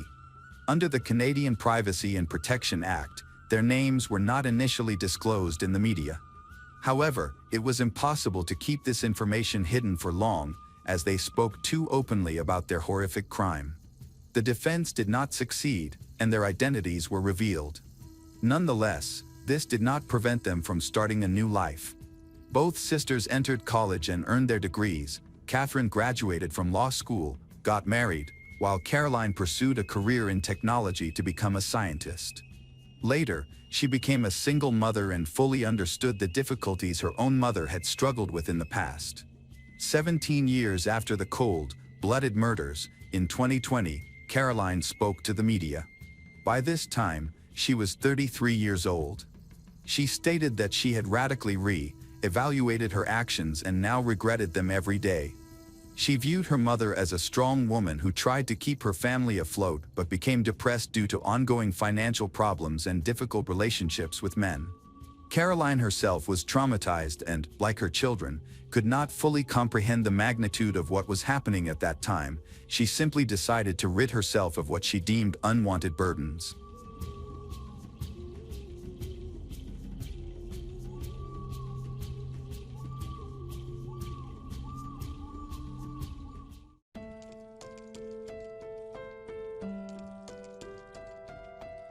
Hello, crime enthusiasts. Are you ready for another chilling investigation? The case of Jessica Stasinowski and Valerie Parashunti. Stacey Mitchell was born in Dorset, England, into a loving and close-knit family. She had an older brother and 2 younger sisters. At the age of 10, her family relocated from the UK to Australia. Stacey was a cheerful and friendly girl. Her father lovingly referred to her as the soul of the house because of her ability to connect with everyone. She never held grudges and always looked for ways to help her family or learn something new. She enjoyed meeting new people, was very sociable, and had a kind heart. As a teenager, Stacey became friends with 2 older girls she met through a mutual friend. Jessica Stasinowski was 19, and Valerie Parashunti was 21. Stacey was drawn to them because they were different from her other friends. Valerie, in particular, was fascinated by the vampire subculture and claimed to have been drinking blood since the age of 10, starting with her own and later that of others. As Stacy grew older, she began to argue more frequently with her parents. She became less interested in playing with her younger sisters and, after disagreements with her parents, would spend long periods upset, isolating herself in her room and feeling misunderstood. On December 7, 2006, Stacy turned 16 and decided to run away from home. It is common for police officers to reassure parents in such situations by saying that their children are growing up and need time with their friends, that they will return home eventually, and that there is no need to panic or take drastic actions. Stacy's parents loved her deeply and were worried, but they decided not to respond harshly. To preserve their relationship with their daughter, they chose to wait and let her stay at a friend's house for a while before involving the authorities. However, after 6 days, they reported her missing to the police on December 13, 2006. When Stacy ran away, her goal was simply to escape her home environment and let things calm down after a recent family argument. However, she wasn't sure where to go, as most of her friends still lived with their parents, and staying with them for days without raising questions wasn't feasible. That's when she thought of her new adult friends, Jessica and Valerie. Both women were older than Stacy and lived in a rented house in the suburbs with a man named David Ross John Haynes. The house was spacious and had an empty bedroom. When Stacy arrived, they offered her the spare room for just $20 per week. Stacy was thrilled because this arrangement seemed to solve her immediate problem. She moved into the empty bedroom on December 14th. She appreciated the newfound freedom, no rules, no arguments, and no one monitoring her actions. Her friends, Jessica and Valerie, who were older, could also help her get alcohol if she wanted. To Stacy, this setup seemed ideal. However, officially, she was still reported missing, and her family was desperately searching for her. Despite any past disagreements, her parents deeply loved her, cared about her well-being, and wanted what was best for her. After several days of searching, Stacy's family was able to contact her on December 17th, 10 days after she had run away. During a phone conversation, Stacy revealed where she was staying. Hoping to repair their relationship without causing further tension, her parents decided not to force her to return home immediately. Instead, they wanted to rebuild trust and avoid pressuring or frightening her. Stacy promised them she would come home the following day. The plan was for her to spend one final night with her friends and then return home. Her parents even arranged to meet her at the train station. The next day, Stacy's parents arrived at the station, eager to reunite with their daughter. However, Stacy was nowhere to be found. They wondered if she had changed her mind, lost trust in them, or simply decided not to return. They waited for a while, hoping she might just be running late, but eventually, they had to return home without her, overwhelmed with worry and confusion about what could have happened. When Stacy failed to show up, her parents reported the matter to the police, providing the address she had given along with the names of the people she had mentioned. It was then officially reported that Stacy had gone missing again. Just a few days later, Stacy's parents' worst fears came true. On December 21st, Stacy's remains were discovered, confirming the tragic outcome. While some reports stated that only a severed leg had been found, others claimed her entire body was recovered. In reality, her corpse was found inside a large plastic wheelie bin behind the house. The tragedy hit even harder when Stacy's family and friends learned the horrific details surrounding her murder. It was revealed that Stacy's new friends, Jessica and Valerie, became irritated with her shortly after she arrived at their house. Stacy's cheerful demeanor, her expectation that they, as older friends, should support her, and her carefree behavior quickly wore on them. Tensions escalated as Jessica and Valerie began arguing, blaming each other for allowing Stacy to stay. They were frustrated by Stacy's habits, such as walking around in her underwear, freely entering rooms, and constantly engaging them in conversation. Their irritation deepened when another roommate, David, told Jessica and Valerie that Stacy had been making unkind remarks about his friends and criticizing their behavior. This led Valerie to conclude that Stacy was interfering with their freedom to live as they pleased. Rather than simply asking her to leave, Valerie decided that the only solution was to permanently get rid of Stacy. Jessica and Valerie began discussing their plans to kill Stacy and revealed their intentions to David. Although hesitant, David did not openly oppose their idea. He later recounted that on December 17th, he saw Jessica grinding glass in a stone bowl in the laundry room. When he asked what she was doing, Jessica openly admitted that she planned to mix the glass into Stacy's food. David pointed out that Stacy's death would be extremely painful and drawn out, as the glass could severely damage her esophagus and intestines, causing her immense suffering and loud screams that might alarm the neighbors. To carry out their plan, Stacy would need to be restrained while the glass was fed to her. They asked David to assist, but he refused. Instead, they offered him the option of simply observing. Meanwhile, Stacy had already informed her parents during a phone call that she planned to meet them on December 18th to return home. She even told David, Jessica, and Valerie about her plans, but they appeared intent on proceeding with their scheme regardless. David said he felt relieved that Stacy would soon be leaving but did nothing to dissuade Jessica and Valerie. On December 18th, Stacy missed her scheduled meeting with her parents. That evening, Stacy, Valerie, Jessica, and David went to a nearby bridge, where they entertained themselves by throwing bottles at passing cars on the highway and running away whenever they disrupted traffic. Late that night, the four returned to the house and sat at the kitchen table, drinking whiskey.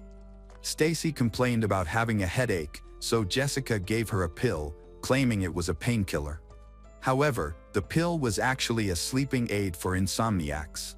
Earlier that morning, Valerie had warned David to lock himself in his bedroom and play loud music when the time came to carry out the murder, as he refused to participate. After Stacy took the pill, David noticed Valerie holding a concrete block between her legs. She then turned on music and began dancing. David retreated to his bedroom, leaving Stacy, Valerie, and Jessica in the kitchen drinking whiskey, and he played loud music to drown out the noise. Stacy tried to get up and dance with Valerie and Jessica, but Valerie told her to sit down. Soon after, David heard Jessica yell, "Right now, right now." This was followed by a loud, dull thud and Stacy's screams. Valerie had struck Stacy on the head with the concrete block. Terrified, David stayed in his room, while Jessica briefly came to check on him and found him panicking. David stated that he experienced a severe panic attack. Valerie struck Stacy multiple times with the concrete block before calling for Jessica. Jessica moved back and forth between David's room and Valerie, watching her actions from the doorway. To cover up Stacy's screams, Jessica adjusted the music in David's room, lowering the volume at times to talk to him and increasing it at other times to drown out the horrifying sounds of what was happening. Stacy screamed for help, but David remained indifferent to her pleas. At one point, Stacy crawled to the door of his bedroom, desperately clinging to it. In response, David forcefully slammed the door shut. He then told Jessica that he couldn't bear to witness what was happening and wanted to leave. To help him avoid the scene, Jessica blindfolded him with a black t-shirt and guided him past Stacy and out of the house. She instructed David to keep walking until everything was over and promised to call him later. Despite knowing that a murder was taking place inside, David chose to flee rather than intervene.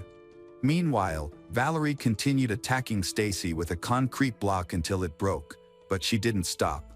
Eventually, Jessica joined in. She removed her belt, which had a chain attached, and used it to strangle Stacy. Though Stacy struggled fiercely, pulling at the chain and gasping for air, Jessica tightened her grip until Stacy lost consciousness. After succeeding in their plan, Valerie and Jessica celebrated, squealing with delight, hugging each other, and returning to the table to finish the leftover whiskey as part of their gruesome victory. 20 minutes later, Jessica checked Stacy's pulse and found that she was still alive. The kitchen was covered in blood, spattered on the floor and walls, so Valerie grabbed sponges and a mop to start cleaning. 30 minutes later, Jessica checked Stacy's pulse again and discovered she had died. At around 1:30 a.m., David called to ask if everything was done. Jessica confirmed Stacy was dead but explained they needed more time to clean the house and told him to keep walking for a few more hours. David spent the next 2 hours wandering around the neighborhood. While waiting for David to return, Jessica and Valerie continued cleaning the scene. Shockingly, they had filmed the murder, capturing moments of drinking, cleaning, and even mocking Stacy. They laughed, mimicked her accent, and Jessica could be seen laughing and dancing while Stacy's lifeless body lay on the floor. At 3:20 a.m., Jessica called David to let him know the house was still slightly messy but that he could return. Blindfolded once again, David was led into the room. By then, Valerie and Jessica had removed Stacy's body, hidden it in a dumpster behind the house, and started planning how to dispose of it permanently. The next morning, David and the others went to a local hardware store to buy a chainsaw and several shovels. 3 days later, on December 21st, the police showed up at their house shortly after midnight. Jessica managed to escape by running out the door, while Valerie stayed inside and gave the authorities a false name. Valerie and David claimed that Stacy had left and no one knew her whereabouts. 3 hours later, after the police identified Valerie's real name, they returned to the house. This time, only David was present. He confessed that Stacy had been killed by Valerie and Jessica and revealed the location of her body, stuffed inside a plastic container on wheels behind the house. Following their arrests, Valerie was placed in a cell with another inmate, Rochelle Van Roos. Rochelle engaged Valerie in conversation on various topics and later reported that Valerie described the murder without displaying any remorse. Instead, Valerie seemed proud of her actions, claiming that she and Jessica enjoyed themselves immensely while killing Stacy. According to Valerie, they drank and celebrated afterward, thrilled to be rid of Stacy, whom they found annoying and difficult to deal with. Later, Valerie admitted to Rochelle that Stacy had irritated them, blaming her entirely for what had happened. Valerie even disclosed that she and Jessica struck Stacy approximately 180 times during the attack. Valerie added that she regretted how quickly it all ended, wishing she'd had more time to prolong the cruel acts they inflicted on Stacy. In 2007, Jessica wrote about the murder and revealed that when Stacy was killed, she experienced an overwhelming thirst for blood, unlike anything she had felt before. She described how something within her shifted at that moment. When Stacy's blood splashed onto her, it was as if her vision became clouded, and she couldn't stop herself. Based on letters and stories from prison, it became evident that neither Jessica nor Valerie felt any remorse or shame for their actions or the impact on Stacy's family. The pain and shock of Stacy's loved ones meant nothing to them. Throughout the trial, Jessica and Valerie even laughed and mocked the situation, expressing their disdain for the whole thing. Valerie's defense attorney described her as suffering from a severe personality disorder and having endured a traumatic upbringing, including an abusive father who had served prison time for assaulting her mother. By the age of 10, Valerie had developed an obsession with the vampire subculture and a morbid fascination with drinking human blood. In March 2008, Valerie, Jessica, and David all pleaded guilty to their crime. David was sentenced to 2 years in prison, while Jessica and Valerie received life sentences in maximum security prisons, with a minimum of 24 years before becoming eligible for parole. Valerie appealed her sentence, but her appeal was unanimously rejected. The judge expressed shock at their behavior during the trial, saying that they had had over a year in custody to reflect on the horrors of their crime, yet they showed no remorse and failed to appreciate the sanctity of human life. The judge also remarked that they seemed to enjoy violence. After the trial, Valerie, Jessica, and David were sent to separate prisons. Initially, they attempted to stay connected by exchanging letters through a fellow inmate, Catherine Burney, but their communication gradually dwindled. In 2009, Valerie was involved in a prison fight, injuring 3 officers who tried to intervene.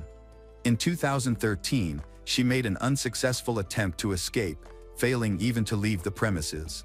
Jessica, meanwhile, had 20 minor offenses cleared in 2014 after authorities deemed them insignificant compared to the severity of the crime that led to her imprisonment. The cleared charges included 18 counts of riding public transportation without a ticket, 1 count of drinking in a vehicle, and 1 count of smoking in a prohibited area, offenses that the court categorized as trivial. Stacy's family continues to mourn her tragic loss, grappling with a profound sense of guilt for not being able to protect her. Years after Stacy's passing, Her father shared with journalists the enduring pain of losing his daughter. He said that they thought about it every day and wondered if something could have been done differently. He expressed sorrow, saying that Stacy could have had a child by then, and he often imagined what that child might have looked like. He added that it was heartbreaking knowing they would never see her again. Stacy's older brother, who was just 2 years her senior, eventually moved back to Britain following her death. He explained that staying in the place where his sister's life ended was unbearable, calling her death utterly senseless. He reflected on the deep pain of realizing that Stacy had been close to returning to her family, only to now confront the devastating reality that she was gone forever. The haunting story of two individuals who took pleasure in ending a young girl's life remains difficult to comprehend. After a quarrel with her parents, Stacy sought solace in her older friends, who offered no support but instead dismissed her, saying she irritated them. One of these individuals, David, was described as timid and prone to panic attacks. At the time of the murder, he allegedly wandered aimlessly around the neighborhood instead of intervening to stop the crime. He had the opportunity, plenty of time, to call the police, a single act that might have saved Stacy's life. Many feel that David's punishment does not adequately reflect his role in the tragedy. What do you think? Share your thoughts in the comments.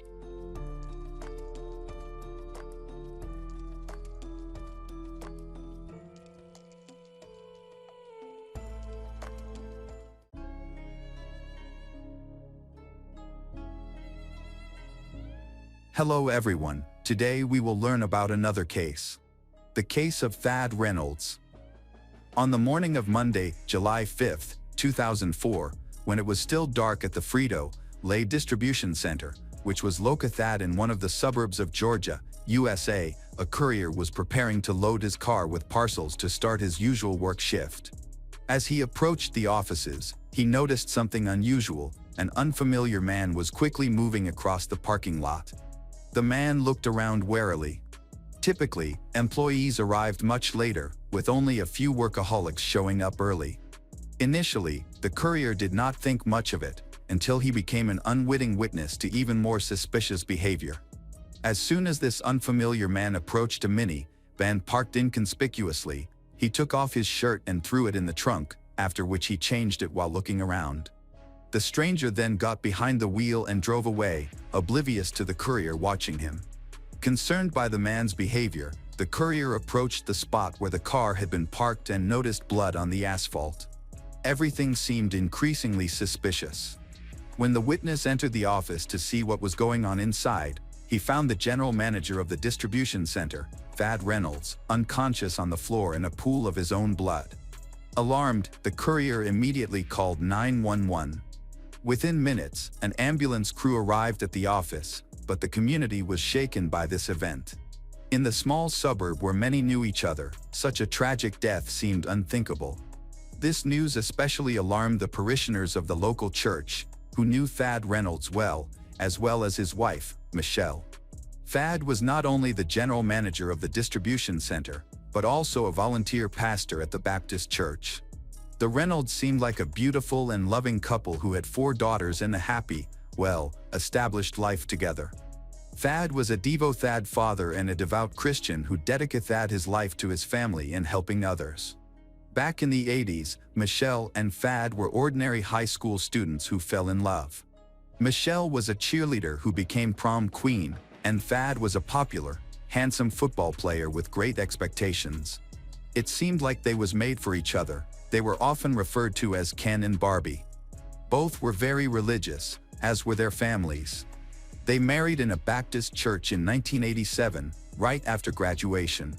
The newlyweds started their careers, with Thad working and Michelle as an assistant administrator. They dreamed of a beautiful house, a video camera, and going on a cruise. These goals were achieved quite quickly. In 1992, they welcomed a daughter, which brought significant changes to their lives. At that moment, Michelle became a housewife, wanting to be a loving mother and wife. During this period, she delved into everything necessary to cope with the growing needs of the family. It seemed like everything was going well, but in 1993, a year after the birth of their daughter, Michelle admitted that she wanted a divorce. It seemed that she saw some kind of liberation in this. However, Thad viewed the situation as a real tragedy. During this time, he stopped attending church. As a pastor, Thad struggled with what to do in this situation, but he received strong support from his parishioners, who prayed for him. Even so, Thad and Michelle divorced, and Thad was heartbroken. He could not come to terms with the situation and was persistent in wanting to win back his beloved. At first, she did not agree, and he tried to build relationships with other women but could not forget Michelle. Thad did not give up, and finally, 2 years after the divorce, his efforts bore fruit. Thad thanked the parishioners of the church for their prayers that had been answered. Thad and Michelle remarried in 1997, in the same church. They built a new house near Thad's parents' residence, where they had 3 more daughters. Once again, the Reynolds family appeared to be a loving family. The divorce from a few years prior seemed like just a misunderstanding in a distant memory. During this period, Thad received a promotion at work and became a regional manager at the Frito-Lay distribution center. Thad and Michelle became a model for local families with good income, a nice house, and homeschooled children. Thad's faith grew stronger. He sincerely believed that his prayers were heard by God and was very grateful to the local community. They were sociable and formed a wide circle of acquaintances. Thad and Michelle developed particularly warm relationships with Harper, a volunteer church leader and volunteer family pastor at Hollywood Baptist, who also had a wife named Paige and 3 small daughters. All the members of the families got along well. Thad worked mainly remotely, while Michelle and Paige became best friends, accompanying each other everywhere. Their children were also very friendly. However, the idyllic friendship between the families began to change suddenly in 2004 when Paige noticed that her friend was starting to avoid her and making an effort to maintain distance in every possible way. Paige tried to find out what was going on and talked to Thad. He referenced family issues, which allegedly led to a test of Michelle's character. In fact, Michelle wanted Thad to break off her relationship with her husband, who was increasingly immersed in church affairs, distancing himself from her. However, she understood that he would resist this in every way possible. Additionally, a divorce would jeopardize the pastor's career, which he had long sought. An outlet for him was communication with his congregation. They regularly supper Thad him on the internet. In parallel, the men began to work together at the church, which made their meetings more frequent. The last of them occurred on July 4, 2004. The couples met again at the church, and after the service, they went to a local park to spend time together playing volleyball. Paige noticed that Michelle was more flirtatious with her husband that evening than usual. By the end of the joint vacation, the couples gathered their children and went home. She did even ask her husband not to communicate with Michelle. The next morning, on July 5, 2004, Thad got up early, which was normal for him. He arrived at work much earlier than the other employees, after which he would start his shift. After he walked inside, a burgundy minivan stopped in the parking lot near the offices. A man got out and entered the building. A few minutes later, Thad Reynolds was killed. Soon after, the county police received a call from the distribution center. A witness found a body outside of the offices. The deceased was found to have multiple stab wounds all over his body, including several defensive injuries on his hands. He had desperately tried to defend himself but was unable to resist the armed criminal. The witness, a courier, mentioned that he saw the probable attacker but did not get a good look at his face or the license plate number of the car he drove away in because it was very dark. However, he provided some valuable clues. Evidence found at the scene of the bloody massacre confirmed that the suspect and the person seen by the courier were the same. It soon became obvious that the attacker was injured. His blood was found near the doorway at the entrance to the office and near the car. According to investigators, there was nothing unusual about this, as attackers often cut themselves on the blade when using a knife. This provided detectives with several important clues. Firstly, it was clear that the attacker was an inexperienced criminal since a lot of evidence was left at the scene. Aside from the blood, they found a hunting knife, which became the presumed murder weapon, allowing them to track down its place of purchase. Secondly, in the parking lot next to the minivan, they found custom-made glasses, probably dropped by the criminal while he was changing clothes. Apparently, he was trying to escape from the crime scene as quickly as possible and didn't bother to look for them. Naturally, such an accessory could help in identifying the criminal since they had a custom prescription. Thad's family was notified of what had happened, and his wife was envy Thad to identify the deceased. The information spread rapidly throughout the small town. Among the first to learn of the situation was Scott Harper, who immediately got together with his wife and went to support Michelle during this difficult time. Imagine Paige's surprise when she saw that there were no signs of panic or tears of frustration from Michelle, which were typically expected from a grieving widow. Instead, she appeared distant and a bit embarrassed. Thad's loved ones also immediately noticed this strange behavior. Law enforcement officers began working at the crime scene from the first moments. The forensic examination quickly indicated that this attack could not have been random in nature. The only thing that seemed clear was that it had a personal motive. However, the money from the cash register remained untouched. Nothing was taken from Thad, not even his wallet, car keys, or mobile phone, all of which were left in their place. This means the stranger came to the office solely to commit murder. Additionally, the choice of weapon further supported these assumptions, as cruelty and the use of a knife imply close contact. It is likely that the criminal hated his victim and had a personal motive for such a brutal attack. On the evening of the same day, news channels reported that local residents should be aware of a possible threat. The police sought information and attempted to find witnesses who could provide valuable clues. The local community supported several appeals to the police station, but nothing new emerged from the collected evidence. From the outset, detectives paid particular attention to Scott, who was close to the victims like no one else. Yet, none of the community members could believe Scott was capable of such an act, especially given that the relationships between the families seemed very friendly, resembling a model friendship free of hatred or malice. However, the evidence all pointed toward him. He drove a burgundy minivan, which was identical to the killer's vehicle, according to the main witness. Scott was promptly asked to come to the station and provide a statement. The reasons to pay attention to Scott turned out to be more than sufficient. It was revealed that another witness, who worked part-time installing, repairing telephone lines, had accidentally overheard a conversation between Scott and a woman, clearly not his wife, weeks before the crime. In that conversation, Scott even called her by name, Michelle. They flirted so openly that it was reminiscent of young lovers. Furthermore, Scott wore custom-made glasses, as everyone knew he had severe vision problems, making the accessory significant in identifying the criminal. They clearly had a motive to get rid of Thad, who was an obstacle to their happiness. Gradually, Scott Harper's wife began to notice unusual moments in his behavior. When reasonable suspicions arose, she became even more attentive. Firstly, Paige could not find her husband's glasses, which he always wore. Secondly, there were some bruises and scratches under his eyes from the glasses. In addition, there were bandages on his index and middle fingers, which he attributed to an injury received in the gym. The only thing missing was material evidence confirming Scott's involvement. The detectives expect Thad to find bloody clothes belonging to the killer, but it was all in vain. The search of Harper's house yielded no results. On Wednesday, July 7th, Scott was being interrogated at the police station. He attributed his injured hand to an accident at the gym, where he had crushed his fingers. Scott denied having had an affair with Michelle, also stated that he had lost his glasses and could not provide them to the detectives despite all persistent requests. He allegedly did not even have a doctor's prescription for their manufacture.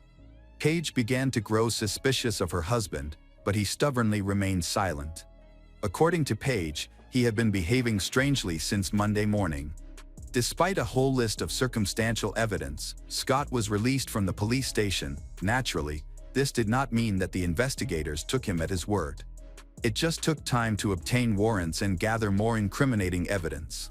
There were more inconsistencies. In particular, on the morning of the murder, he had sent Michelle a message in which he asked her to stop him if there was any doubt. She ordered him to act. These words sounded suspicious. It was believed that he was coordinating with his mistress. The detectives were in no hurry to bring Michelle in for questioning so as not to traumatize or scare her off. First, they want Thad to gather even more information, which led the detectives to Scott's workplace. The primary task was to check his computer. However, the correspondence had been deleted. Thad. Fortunately, a significant part of it was easily restored, which became a valuable source of information. The records showed that most of the messages from Scott were sent to Michelle Reynolds. He used his work computer to hide the correspondence from his wife. It all started Thad as a routine discussion concerning the church youth group, but later the communication became increasingly personal. About a month before Thad's death, they began exchanging intimate letters regularly.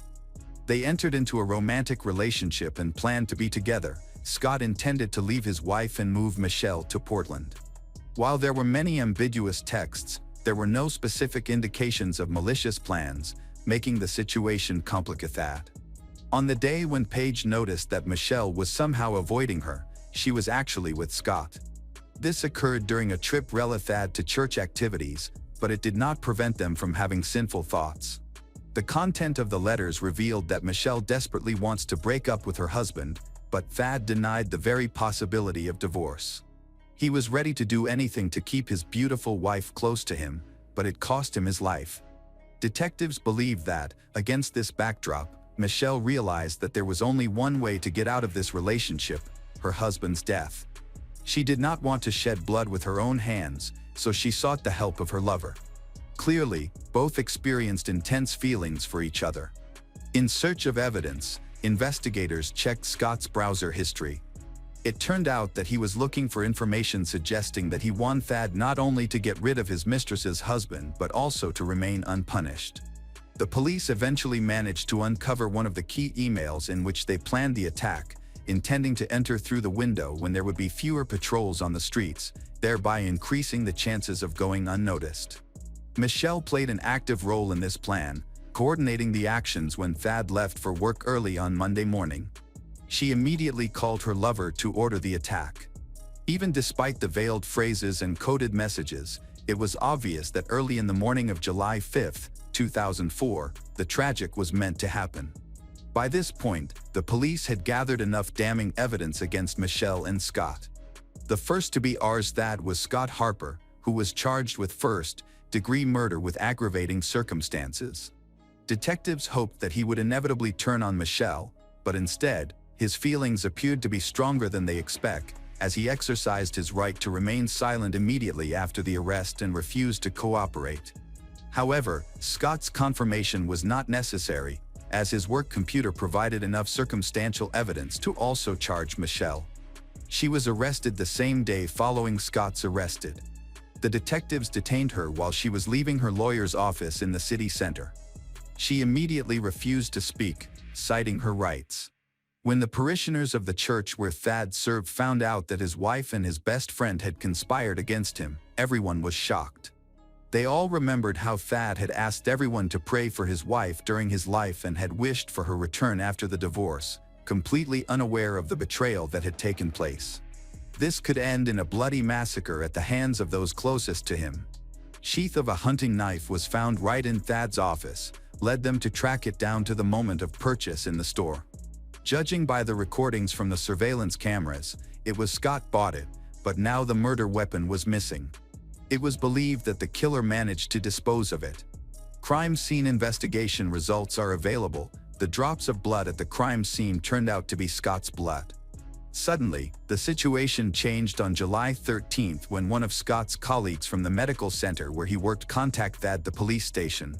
One of the IT department employees, who was concerned about Thad Reynolds' fate, decided to conduct his own investigation. He knew the layout of the buildings and the places where something could be carefully hidden. The object was small, and he immediately thought it was worth checking the niches under the floor through which communications and wires were laid to the office. Naturally, Scott knew about them, as he had worked in this department. To his surprise, the colleague found both the knife and bloody clothing, which he immediately reported to the police. On November 17, 2004, the preliminary stage of the hearings began, during which the order of the criminals' trials was evaluated. It was obvious that Michelle had a much better chance of avoiding imprisonment, as there was very weak evidence against her. All of it was indirect.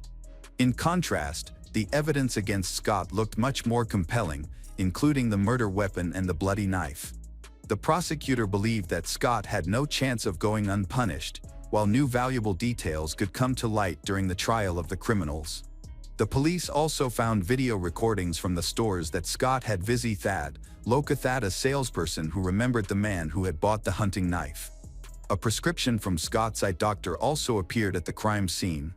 As expected, it matched the glasses found there. At the November hearing, the district attorney announced that he would seek the death penalty for both defendants. This was a clever move, as there was nothing significant against Michelle so far. The authorities hoped that Scott would be able to rectify this situation, realizing that he had nothing left to lose. It was assumed that the man would be offered a deal, which would be his only chance to avoid capital punishment. They believed that he was weak in spirit, otherwise, he would not have succumbed to the charms of Michelle, a seductress and manipulator. However, they were wrong. Scott did not give in, even under pressure from his lawyer, who believed that this was the only way to save his life. Even behind prison bars, Scott and Michelle continued to correspond. Michelle used excerpts from the Bible, highlighting certain words, while Scott composed real sentences that law enforcement officers could read. But these notes could not convince the jury, which would have been difficult. They continued to play their spy game, and they had plenty of time. Cases involving capital punishment traditionally turn into lengthy legal maneuvering on the part of the lawyers. All this dragged on for months and even years. Scott turned out to be a very persistent man and held out until the fall of 2008. After 4 years spent in prison, he finally agreed to cooperate with the police. However, even now, concerns about his mistress occupied the main place in his thoughts. Scott agreed to confess in exchange for a life sentence and also demanded that the death penalty never be used against Michelle. The deal was approved on October 1, 2008. Scott admitted his guilt. According to him, the day before the attack, Michelle had once again told him that they could not be together while Thad was alive. She had been turning her lover, Scott, against her husband for a long time, and in parallel, she was poisoning Thad with more harmful food that would kill him faster. Pressure was the last drop. Right after that, Scott went to a camping equipment store, where he bought a hunting knife. That same day, he had to deal with Thad, who usually stayed in the office later than everyone else. Scott and Michelle even went to a restaurant together, where he confessed to his failure, and then they planned the attack for the next morning. They kissed in the parking lot of the car like teenagers. When Scott arrived at Thad's office with a knife in his hands, he told Thad, "I want the same as you," and then attacked his friend. Interestingly, until this point, Michelle had never provided any testimony. By exercising her right to remain silent, her statements could be interpreted from different angles, making the trial against her a rather risky endeavor. In particular, her correspondence never directly addressed their intentions. Using encryption and veiled propositions, it was almost impossible to prove guilt beyond a reasonable doubt. During her 6 years in prison, Michelle Reynolds changed significantly and became unrecognizable. When she spoke to the police, however, her responses were still veiled offers. Michelle avoided direct answers, stating that she felt guilty because she had an affair that led to her husband's death. Of course, this did not satisfy Thad's mother, who simply wanted Thad to know why he had to die. Michelle had no answer. Michelle eventually pleaded guilty to involuntary manslaughter and was sentenced to 20 years in prison in January 2010. Richard Scott Harper pleaded guilty to murder and received a life sentence without parole. This tragedy left a bloody mark not only on the lives of 2 families but also on the congregation. The death of the pastor, who was so cruelly murdered at the behest of his wife, was one of the most disturbing and painful events for them. Now, regarding the repose of Thad's soul, this situation caused mixed feelings. Everyone remembered how they had prayed for the Reynolds to be together, but now they could not discern whether this was divine providence or a devilish joke.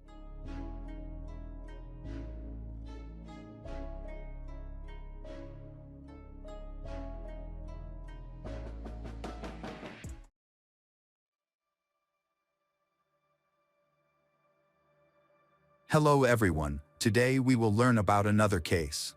The case of Fidel Lopez. This is the content of a chaotic call in the middle of the night. What's wrong with you? Hello, listen, you gotta help me. My girlfriend is in the bathroom, she can't get enough air.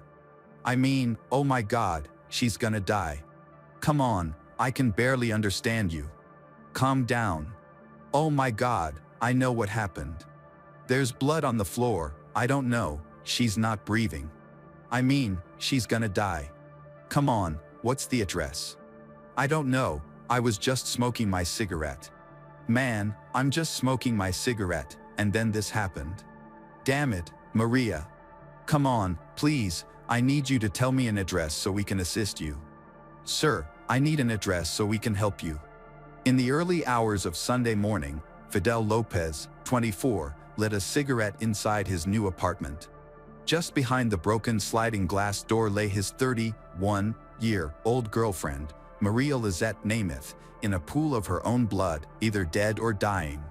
He finished his cigarette and gathered the courage to call 911. The operator, understanding the situation and the address, quickly dispatched officers. The call was recorded at 3:39 a.m. on Sunday, September 20th, 2015. The specialists witnessed a horror show. According to detective investigator Christopher Piper, when the officers entered Lopez's apartment, they found Lopez standing next to Maria's body. He called for help, and the doctors immediately rushed to Maria lying in the pool of blood. The police noted that the dressing room was also splattered with blood. They observed extensive damage to the walls and doors throughout the apartment. Maria showed no signs of life and was pronounced dead at 4:02 a.m. Clear signs of a struggle and a near certainty that violent acts had taken place led to the apartment being declared a crime scene, which was placed under guard. Lopez was also detained pending the arrival of investigators. Piper reported that when he arrived at the crime scene, he briefly spoke with one of the officers and conducted a preliminary search of the nearly empty apartment. A Sunrise police officer informed the detective about Maria and Fidel. They had moved into the apartment less than a week ago.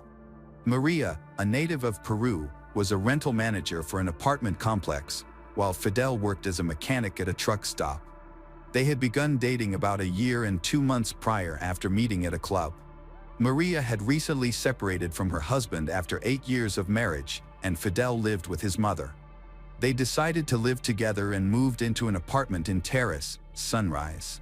It was clear from the apartment that Maria and Fidel had just moved in, were starting their life together almost from scratch. There was no full set of furniture, boxes were used as tables. On the night of the incident, the apartment was bare, making the dents and holes in the walls immediately noticeable. A broken glass door, blood virtually everywhere. In Detective Piper's report, it states that Maria's naked body was lying on the bathroom floor. In addition to the blood on the floor, there were bloody marks on the walls in the hallway, on the closet and bathroom doors, as well as many other surfaces. Inside the closet were pieces that looked like bloody human flesh. Initially, it was assumed that Maria had tried to terminate a pregnancy, but as forensic experts later discovered, it was the intestines that Fidel had torn out of his girlfriend during rough intimate. Detective Piper introduced Lopez to the police officers, who took him to the Sunrise police station at 7:40 a.m., where he was informed of his Miranda rights and placed in an interrogation room. Fidel then signed a waiver of these rights, claiming that although he didn't understand English, if it were read aloud to him, he would comprehend it. Defense attorneys later would unsuccessfully argue that since Fidel was not a native English speaker, he could not fully understand the Miranda rules. Miranda rights are a legal requirement in the United States, mandating that detainees be informed of their rights. The law enforcement officer who detains them must receive a positive response to the question of whether the detainee understands what has been said. Fidel Lopez, a native of Havana, Cuba, moved to the United States at the age of 16, attended high school, but dropped out in the 10th grade. Fidel recounted to the investigator his relationship with Maria, how it began, and how it developed up to that Saturday. On that day, he left work a couple of hours early and met Maria, who had also left home early. Maria cooked dinner for them, consisting of chicken, beans, and rice. After dinner, They visited Fidel's mother in Miami, then returned to their apartment, where they each had a glass of margarita, splitting a third drink. Later, they went to a liquor store and purchased a bottle of tequila. By about 10 p.m., they were home. According to Fidel, Maria was already tipsy from the margarita. At home, they continued to drink, placing 2 cardboard boxes on the floor since they didn't have a table, put their glasses and snacks on the boxes while listening to music.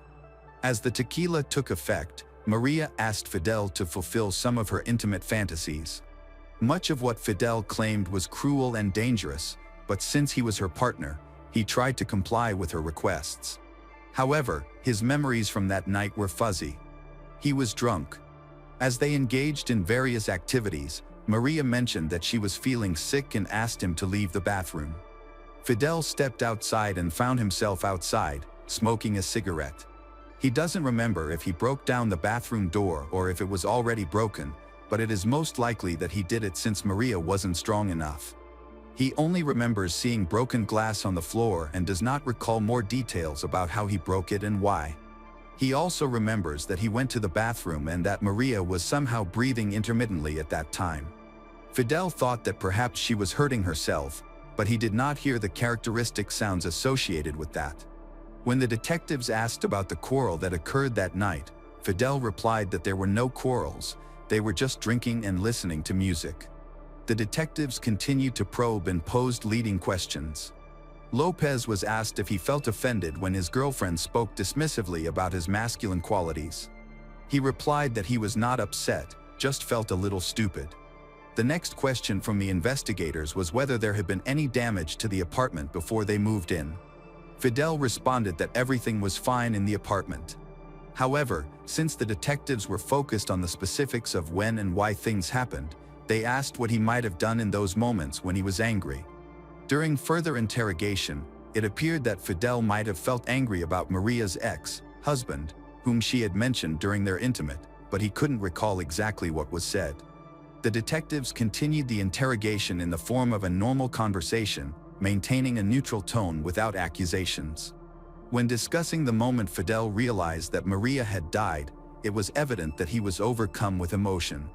He then began to explain that he tried to perform artificial respiration on Maria, despite not knowing how to do it properly. She was lying with her eyes open but was not moving, and he lay next to her on the floor, trying to bring her back to life while screaming for help, hoping someone would come. I tried to give her artificial respiration, but I didn't even know how to do it. She wasn't breathing at all, she had her eyes open but wasn't moving. I carried her in my arms and waited for the police. The police were interested to know whether Fidel had ever physically assaulted Maria before or used force against her, but he denied any physical violence during the interrogation. Then he was asked an important question: does that mean you admit that everything that happened in this apartment was destroyed and broken by you? He confirmed this statement, insisting that he did not hurt Maria and continually asked if she was comfortable. Even when he noticed that she was bleeding, she said that she was not in pain. The officers informed Fidel that Maria had been examined by a forensic expert, who indicated that her injuries were very serious, involving internal bleeding, damage to internal organs, and multiple ruptures. When the police suggested that a brutal abuse had occurred, Fidel began to deny everything. He insisted he had done everything Maria asked him to do. They explained to him that Maria had serious internal injuries and that the pain she was experiencing would have been unbearable. Fidel, however, maintained that he had acted with her consent. The detectives attempted to persuade him that someone who truly loves another person could never cause such harm. They stated Maria was seriously injured. They began to reproach him for failing to show her due attention. There's blood everywhere. Fidel appeared confused and was then told he needed to confess to what happened, particularly since the police had learned much more than what he had disclosed. They argued that if he loved Maria, she deserved an honest conclusion to this story. Fidel again agreed with these conclusions. Fidel loved this girl, of course. He wouldn't have done anything to hurt her, but he did. After a moment of silence, Fidel began to speak rapidly and interrupted himself. He revealed that Maria had mentioned wanting to go to Peru to visit her mother and would be gone for a while, which meant Fidel could not use her car to travel to and from work. This prompted an argument, though he could not recall how they ended up in the closet. They made up, had intimate, and at one point Maria called out the name of her ex-husband. This happened twice. Then Fidel described a series of attacks on Maria using both his body and various objects around the house, shoving them into her crotch. After his rage, Lopez returned to the closet where his girlfriend lay unconscious and continued to insert various foreign objects into her vagina and anus, including a beer bottle, a hair straightener, both fists, and his arm up to his elbow. Fidel also admitted to pulling internal tissue out of Nemeth's body while she was unconscious. He then took her naked body into the bathroom and attempted to revive her by splashing water in her face, but she did not wake up. He then washed the blood off his hands and went to the porch outside their apartment to smoke a cigarette. When Lopez returned inside to try to clean up the crime scene and conceal Nemeth's dislodged intestines, he realized she was no longer breathing. He began running around the rooms, smashing and breaking everything in sight. Afterward, he stopped to exhale, have a smoke, took off the clothes he was wearing, washed himself, put on fresh clothing without getting dirty, and called 911. Fidel confessed to the detectives that he committed the crime because, during their intimacy, at the height of pleasure, Maria shouted out another name. He expressed regret for what he did, saying he didn't want to kill her, but he knew he killed her. He took her life. He won't even be able to see her again. While the interrogation was ongoing, experts were collecting evidence at the crime scene and examining Maria's mutilated body. Police officers interviewed neighbors, many of whom noted hearing screams and sounds of conflict. Fidel Lopez was arrested and charged with murdering his girlfriend, Maria Nemeth. A long, dreadful night dragged on until midday before Fidel was shackled and transferred to the Aberrr County Jail, a man with no criminal record other than a 2014 arrest for intoxicated hooliganism. He was jailed in a cell recognized as a murderer, a monster who deserved to be caged. Perhaps it was the alcohol that drove him to madness. Perhaps jealousy turned him into someone he never imagined he could become. In the early stages of the trial, Fidel's lawyers attempted to challenge his entire interrogation and confession, arguing that his limited knowledge of English meant he could not understand his Miranda rights or request the presence of a lawyer from the moment of his arrest, as well as his right not to answer certain questions at his discretion. However, the judge ruled that there was sufficient evidence on the video recording showing that Fidel not only had a functional command of English but also fully understood what he was being asked. On July 14, 2017, after a lengthy stay in the Broward County Jail, Fidel agreed to a plea deal. On August 3, 2017, Fidel Lopez accepted charges of first-degree murder, abuse, assault, and was sentenced to life in prison. The terms of the plea deal prohibit him from appealing the sentence and ensure that he will never be eligible for parole. The peace of the families of Fidel Lopez and Maria Nemeth was shattered that fateful night. No one can undo the monstrous events that occurred.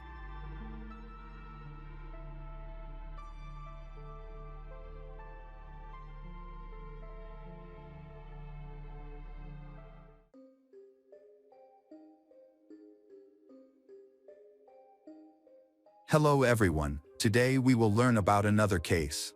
The case of Caroline Crouch. This case brings us to Glyka Nera, a coastal town near central Athens in Greece. Caroline Crouch's parents moved to Greece from England when she was 8 years old, and they lived there for all the following years. At the age of 15, Caroline met her future husband, Bobish, in the town of Alonissos, where her parents had settled. Bobish's parents had a summer house for recreation, which he often visited. Although he was 14 years older, Caroline and Bobish eventually started dating and then living together.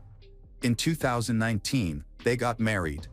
Bobish was successful and respected. He held the position of helicopter pilot, and Caroline was studying at the university, hoping to enter the School of Public Catering. Caroline, 20, lived there with her 34-year-old husband, Bobish Anagnostopoulos, and her black belt in boxing. She loved animals and got herself a husky puppy when he was only 2 months old. Caroline named the dog Roxy and devoted a lot of time to the pet. In addition to the puppy, there were 4 more cats. A few weeks after their wedding, Caroline found out she was pregnant. Unfortunately, after only 3 months, her pregnancy was interrupted. However, there were no complications. After that, she was able to conceive again and gave birth to a beautiful girl, whom her parents named Lydia. Caroline's world revolved around Lydia. Everyone who knew her said that motherhood was absolutely everything to her. On May 11, 2021, the police received a call from a house in Glica Nera, which turned out to be the home of Caroline and Bobbish. The officers were told a story so horrifying that even the oldest and most experienced detectives were in complete shock. When the police arrived at the house in question, they were confronted with a horrific scene. Caroline was severely injured, and little Lydia was screaming and trying to wake her mother up. Tragically, Caroline was lying on the bed and was already dead. Her husband, Bobbish, was tied up and handcuffed, with his eyes taped shut. Bobbish told the police that a gang of robbers had broken into the house early in the morning while everyone was asleep. One of the gang members put a gun to little Lydia's head and demanded to know where the hidden money was. Bobbish indicated where the money was and begged them not to hurt the child. Caroline, who practiced boxing, tried to resist, but several people immediately immobilized her. The leader of the gang personally strangled her, taking all the cash and jewelry. The bandits left, having tied up Bobbish and taped his mouth and eyes. As a result, he lost consciousness. When Bobbish came to his senses, he managed to find a phone through a small gap in the tape over his eyes using his nose. He dialed the last number in the call log, which was a neighbor's number. When the neighbor picked up, heard muffled sounds and moaning, realizing the situation, the neighbor rushed to Bobbish's house, helped him call the police, and recalled later that he had heard some sounds from the neighboring house but did not attach any importance to them. When the police began to inspect the house, they established that more than £10,000 in cash had been stolen, as well as jewelry worth £20,000. Bobbish said the family had recently bought a plot of land and had to pay some workers. He also suggested that someone had warned the gang, or that someone within the gang must have known about the family's financial situation in advance. The brutal nature of the crime sent shockwaves throughout Greece and soon spread around the world. The police were equally horrified and commented on how rare such crimes were in their country. The public was outraged and panicked, extending a helping hand to offer support to Bobbish and his family.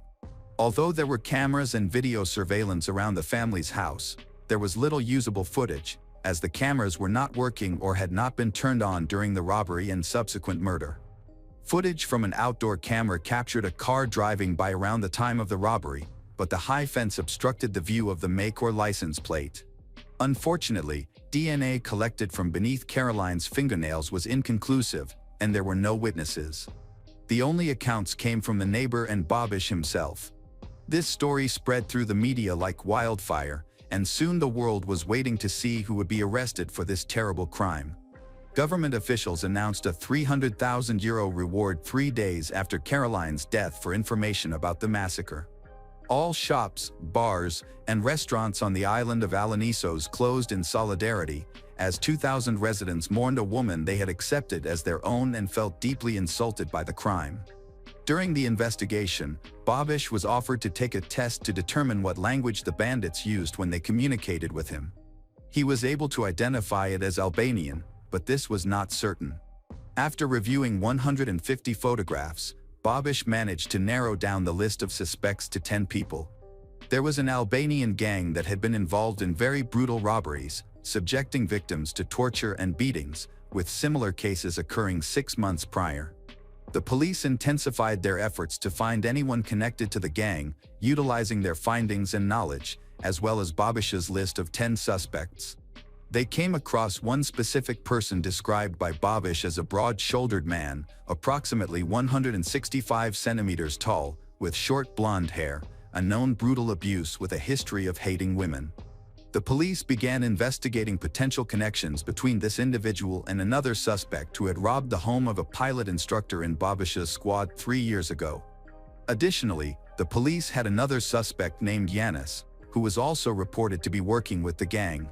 Soon after the funeral, a resident of Georgia attracted the attention of the authorities due to possessing a fake passport.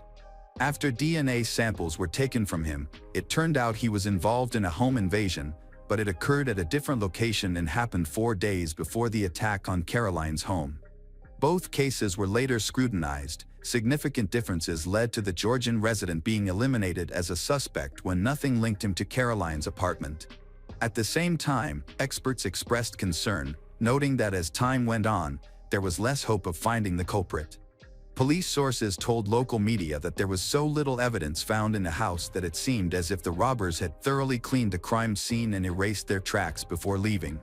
Caroline's husband was frequently called to the police station, and he obediently came with a mournful expression, conscientiously answering all of the investigators' many questions. The detectives studied the chronology of those days, the work schedules of Bobish and Caroline. They sought as much information as possible about the couple and their relationship. Bobish shared much information, but the diary found in the house painted a very different picture than what him presented. In her diary, Caroline described Bobish as rude and cruel, revealing that she had been trying to leave him for a long time. Caroline first told her husband about her desire to leave in July 2020, when their daughter Lydia was born. She expressed that she had become increasingly unhappy and was searching for a new home. However, she began to doubt her decision, thinking about her daughter growing up in a single-parent family. Later, she wrote that Bobish had control over her and had installed a tracking app on her phone. When Caroline attended therapy sessions, he could hear everything discussed. The couple's family consultant, Elaine, learned from Caroline that she was looking for an apartment in central Athens for herself and Lydia, near the culinary school she dreamed of attending. Despite often visiting a family psychologist with her husband's knowledge, one day, out of the blue, Caroline received a text from Elaine asking her to stop their sessions. She believes this is from the effects of Bobish. According to entries in Caroline's diary, tensions were high, and the situation escalated quickly. One entry stated, "Today my baby turned 1 month old. It was also the day I told myself I wanted to leave. I feel terrible." Another entry read, "I am thinking of leaving for my sister, but I know that I can't leave my baby. This life hurts me." They say the psychologist encouraged Caroline to trust her mother, but she replied that she didn't want to disappoint her. Prosecutors claimed the murder was entirely intentional, pointing to the cameras being turned off before the killing and the memory cards being removed as calculated coincidences. 38 days after the scene of violence and robbery, during a memorial service for Caroline, police officers approached Bobish with a request to come with them for another interrogation. Bobish begged to wait until the service ended, but he was told this matter could not wait, as someone had been detained and his identification was needed. He was advised not to call anyone and to hide his phone while following them. This was actually a set-up, as the police needed Bobish himself as a suspect. The entire situation was becoming increasingly confusing and hard to believe. Inconsistencies and discrepancies emerged. Based on Caroline's diary entries and Bobish's story, the police realized they needed to focus on him rather than looking for a gang. When analyzing data from Caroline's smartwatch, they found that she had been in a state of extreme mental or physical stress for 6 minutes around 4 a.m., leading them to conclude that she died at a different time than what Bobish claimed. Geolocation data from his phone indicated that Bobish had been walking up and down the stairs of the house for several hours, just when he claimed he was tied up by gangsters and unable to move. After 8 hours of intense questioning and reviewing all the evidence the police had gathered, Bobish finally broke down. He played the part for weeks, but now the police assert that the gang attack story was a lie and that he himself killed his wife because she threatened to leave him, then staged the crime scene. An examination of some evidence and digital data has provided clues. If the police are correct, then this crime comes down to the actions of one cruel husband. Bobish admitted that the robbery was staged. The acts committed against Caroline and her beloved dog were horrific. The police noted that when they arrived at the crime scene on May 11th, they already had suspicions about Bobish but lacked sufficient evidence. He had played a cunning game, cooperating with the press to manipulate the narrative of his grief, all while deceiving everyone. The police wondered if there was another potential motive for the murder: money. It turned out that Bobish had led a very wasteful lifestyle. Recently, they had gone on a luxurious holiday, during which they spent a large sum of money. They also bought land and designed their dream home worth £14,000. There was also information that Bobish had been involved in the transportation of banned substance, earning money for his luxurious lifestyle by transporting them via his helicopter. Caroline's father is sure that there is a lot of truth in this information, having studied the chronology of events and the data the police compiled. In Bobish's testimony, what happened in the early morning of May 11th was concerning. At some point in the evening, Caroline texted her friend that she was leaving Bobish. Data from her phone showed that she had been trying to book a hotel for herself for the next day, but she decided to spend that night at home.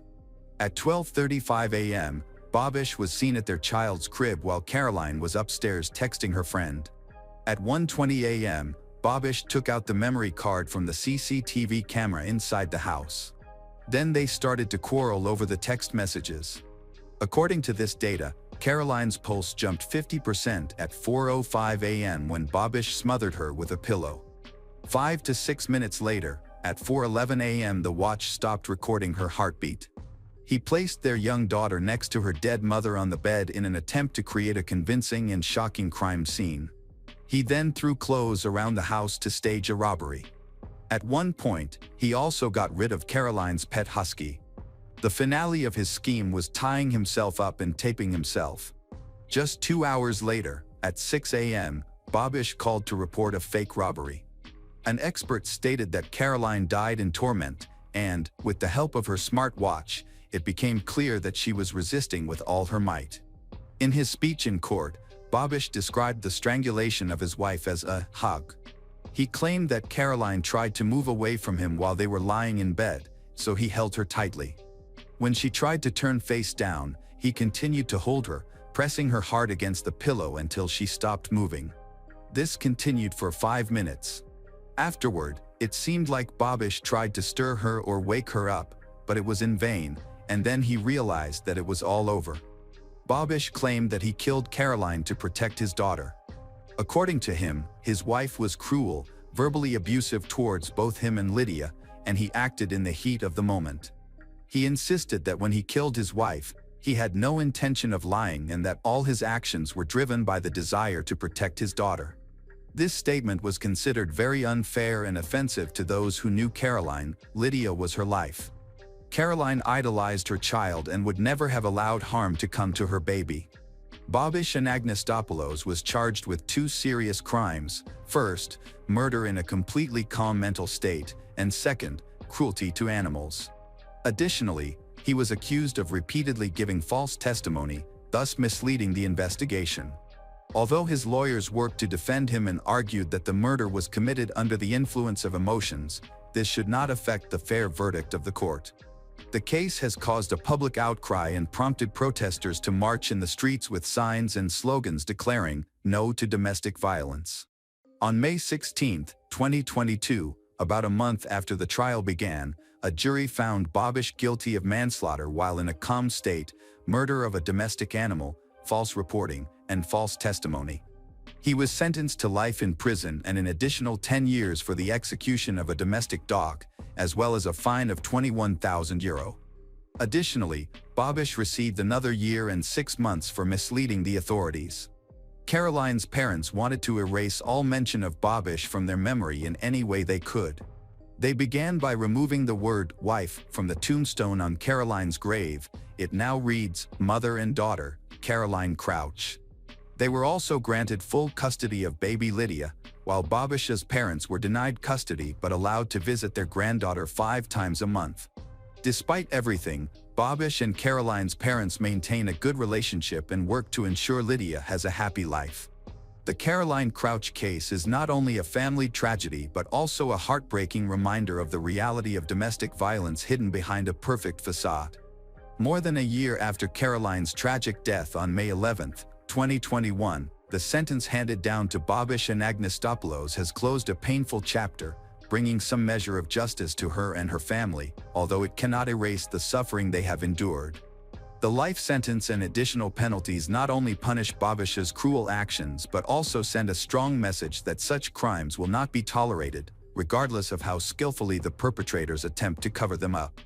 For the Greek community and the world, This case has evoked deep sympathy and sparked a movement against domestic violence, urging people to reconsider the potential dangers in their own homes.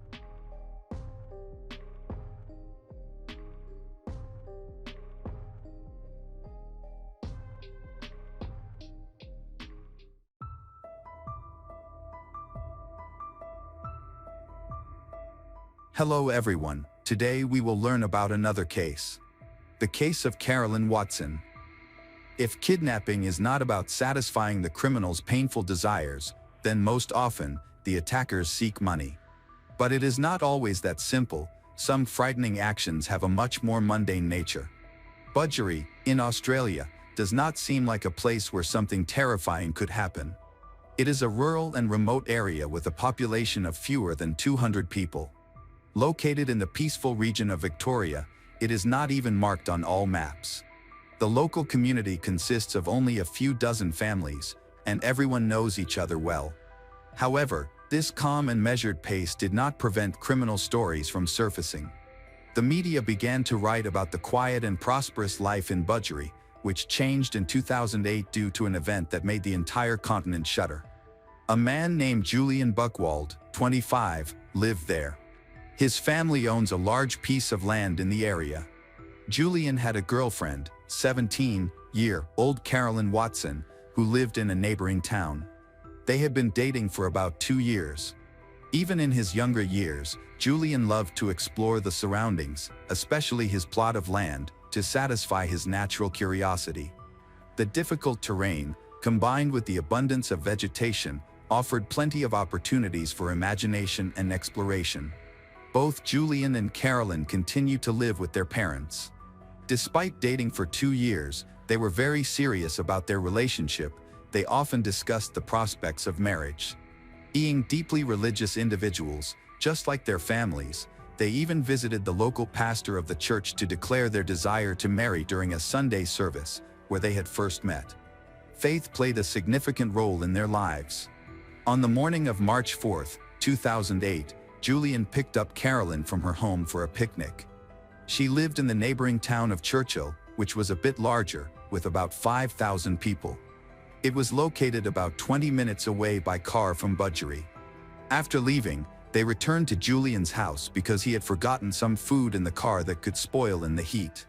They gathered everything they needed and quickly left before it got too hot. Typically, Julian and Carolyn would relax on Julian's family property, where there were plenty of secluded spots that looked picturesque for a romantic outing. However, this time, they decided to venture further to visit a nearby waterfall. Around 3 p.m., they planned to return. Most of the journey went smoothly, but just before reaching the waterfall, Julian suddenly became alarmed. He noticed the carcass of an animal on the side of the road, so he slowed down and stopped at a safe distance around a small bend. He told Carolyn that he wanted to get out to check, as he thought the animal might still be alive and he could help it. This curiosity wasn't unusual for him. Carolyn had gotten used to these quirks and decided to wait for him inside the SUV while following his movements in the rearview mirror.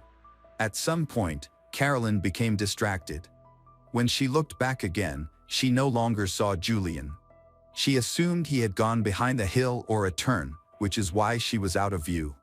But after some time, Julian still hadn't returned, and this began to worry her. He always came back quickly. Realizing they were far from the city and in the wilderness, Carolyn was afraid to get out of the car. Her boyfriend's absence increasingly troubled her. Suddenly, she caught sight of something even more frightening in the mirror. A figure darted into view. She saw a man standing next to the car. He looked threatening, fully dressed with gloves, and wearing a balaclava. Carolyn intended to lock the doors of the car, but the stranger had already jumped to her side, opened the door. Before she could react, pulled her out of the car and threw her to the ground. He covered her mouth with tape, silencing her screams, and she could barely resist. Within minutes, the kidnapper had bound and blindfolded her, then shoved her into the trunk of his car. Terrified, Carolyn hoped that Julian would return to save her.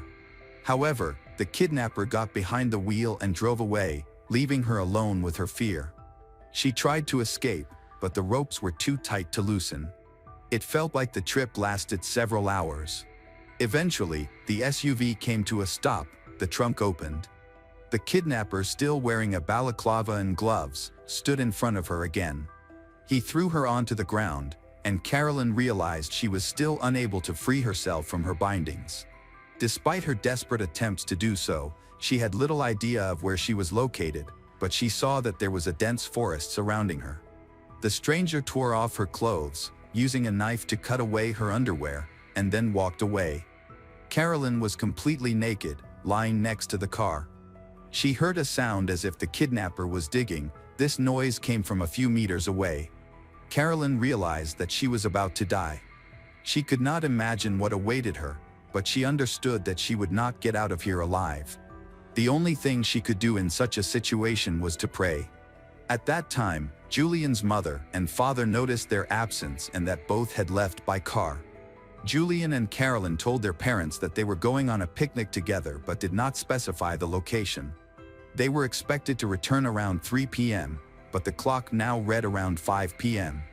While everything could be attributed to youth and passion, Julian and Carolyn was always very responsible, was never late, especially for an extended period.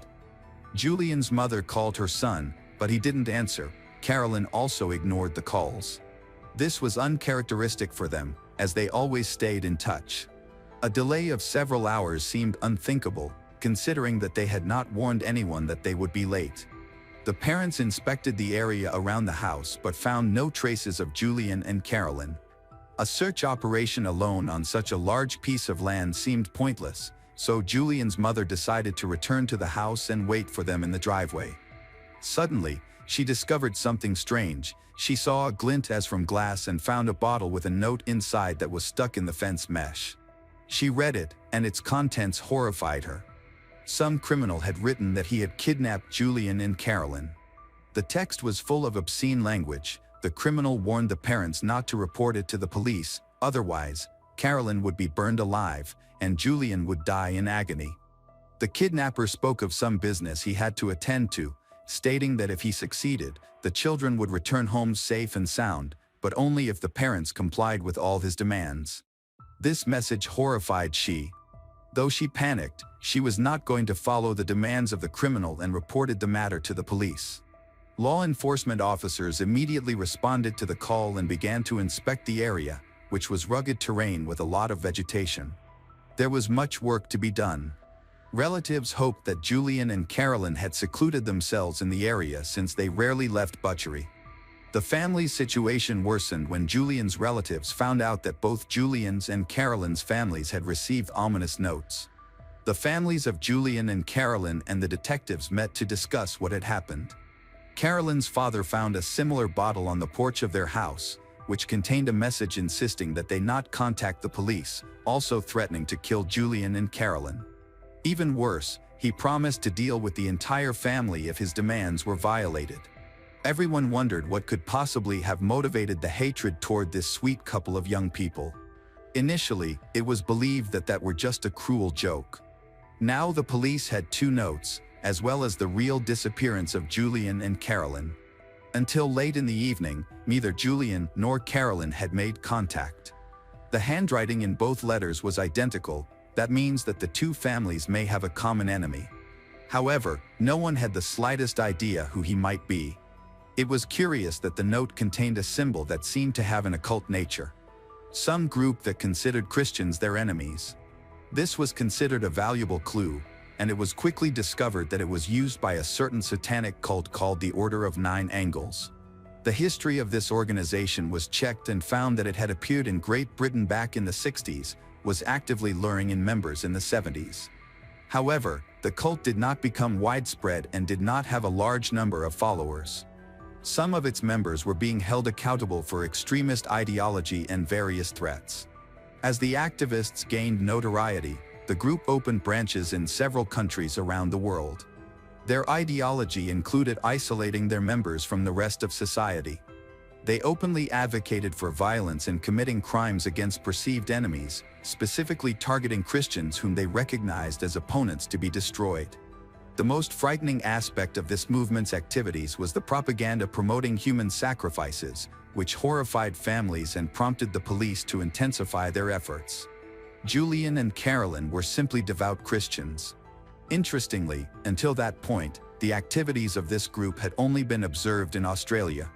They could potentially attempt to declare themselves by committing their first ritual murder. Satanists might use the sacrifice of Julian and Carolyn to gain fame from their began to gather like-minded people. The relatives did not receive any news for several days. Julian's car was declared wanted, but that didn't help. All the detectives' efforts proved in vain as they couldn't find either Julian and Carolyn or any leads on where to continue searching. Considering who Carolyn and Julian may have contacted, it was believed that it would be impossible to return they alive. The relatives knew that they had packed only a small amount of food meant to last a few hours. They had no worn clothes and no equipment. They did not have tents to survive the temperature fluctuations that occur in Australia during the day and night. There were also concerns about dangerous areas where Julian and Carolyn could fall victim to predators. The scorching heat and hunger posed significant threats. Even if they escaped from their kidnappers, encounters with wild or poisonous animals could be deadly. The rescue operation transitioned to a recovery effort, but this, too, yielded no results. 6 days passed during which the families of Julian and Carolyn did not find any peace. Suddenly, a message arrived: Julian and Carolyn had been found. What was most astonishing was that both were relatively safe. They had simply emerged onto the roadway near the Alpine National Park. A passing farmer stopped to help and immediately reported their situation to the police. It was not surprising that law enforcement officers were unable to find any trace of the individuals Julian and Carolyn. The national park was several hundred kilometers from where they lived, requiring about a 6-hour drive by car. Julian sustained serious injuries. While making their way through the desert, he suffered sunburn, cuts from thorny bushes, blisters, and bruises all over his body. Nonetheless, aside from the extreme stress of their ordeal, they were otherwise fine. Detectives met with Julian and Carolyn to gather information and prevent potentially dangerous criminals from operating in the area. They first communicated with Carolyn, who detailed the horrific trials she endured after being kidnapped. She described being undressed, thrown to the ground, where she lay and prayed just a few meters away from her kidnapper, who was digging in the earth. She was certain that this was her grave. This agonizing wait continued interminably until the sounds of digging stopped. Carolyn heard footsteps moving away, and everything went silent. Realizing that the criminal had abandoned her, she knew she could not remain passive. Quickly, she attempted to free herself from her ropes, but they did not yield. Her hands hurt as she rubbed them until they bled. Suddenly, she heard Julian's voice calling her name as he crawled closer. He managed to rip off her blindfold and the duct tape from her mouth. Julian, also tied up and without clothes, had managed to free his hands. This allowed Julian to finally escape and then free Carolyn. However, the danger was not over. The kidnapper could return at any moment. There was no car, but the abandoned backpack and scattered contents of the trunk remained. They found supplies that they had taken with them for a picnic, gathered everything, and fled into the thicket. They wanted to get as far away from that place as possible to plan their next steps. Along the way, Julian recounted his story. He approached an animal lying on the side of the road to examine the body, but as he leaned over, he heard footsteps approaching quickly from behind. He didn't have time to react before he was attacked. He was struck on the back of the head hard enough to lose consciousness. According to Julian, when he awoke a few hours later, he immediately began calling out for Carolyn. The criminal was no longer nearby, having escaped in an SUV. Over the next few days, they desperately tried to reach the road, making their way through thick bushes. They risked encountering wild animals. Even the slightest bite from an Australian poisonous spider or snake could be fatal. Their supplies were very limited since they had packed only a small amount of food for their picnic, specifically. During the day, Julian and Carolyn suffered from the suffocating heat, risking sunstroke. At night, they struggled to stay warm, sharing a single sleeping bag. The situation was compounded by the fear that the kidnapper could pursue them and find them at any moment. Both Julian and Carolyn were completely unaware of why this had happened to them. The situation worsened when, a few days later, they unwittingly returned to the same place where they had been held hostage. As it turned out, they had made a large circle. Nevertheless, Julian took advantage of the situation. Despite his fear of being caught, he was able to steal clothes and any remaining food, improving the dire condition of the starving couple. However, everything came to an end quickly. Carolyn fell into despair, feeling that they could not be saved, and found solace only in prayer. Finally, God heard her pleas. After 6 days, they were able to find their way out of the dense bushes. They emerged onto the road, where the police spoke to Julian, for the most part, confirmed his girlfriend's account, except for the part where he claimed to be unconscious. Julian and Carolyn was sent to stay in the hospital and then with their relatives, but law enforcement officers had no time to rest. Despite the miraculous rescue of the kidnapping victims, the armed forces still faced a real threat that the dangerous organization responsible for the kidnapping would continue its destructive activities. It had to be stopped at any cost. Before bloodshed could begin, the police decided to go to the place from which the prisoners had escaped. They found cut pieces of duct tape, clothing, a shovel, and other items, all of which were checked. To the detectives' amazement, some items belonged to Julian, including a rope found in his house's barn. There was also disturbed earth that had been dug up. The detectives discovered a balaclava, black clothing, gloves, and other things described by Carolyn.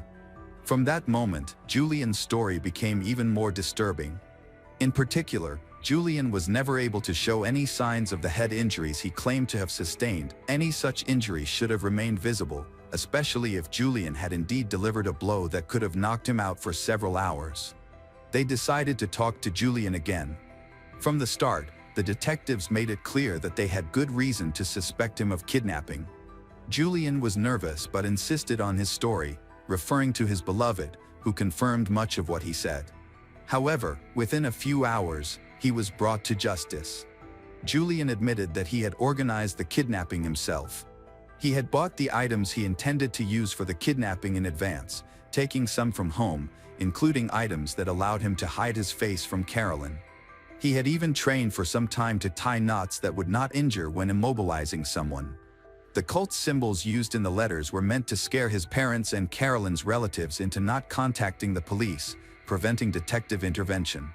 Julian deliberately used foul language in the letters he sent to the Buchwald and Watson families. No one thought he would say such words. Julian had deliberately chosen the longest route to the waterfall to avoid detection and confuse the tracks. The guy kept a lookout for anything suspicious that could attract attention and give him the opportunity to implement his plan. He eventually noticed an animal carcass on the side of the road and decided it was time to act. Julian stopped around a corner to hide from Carolyn's sight, changed his clothes, and returned to the car to play out the rest. The place he had chosen to take Carolyn was far away, allowing them to stay away from people.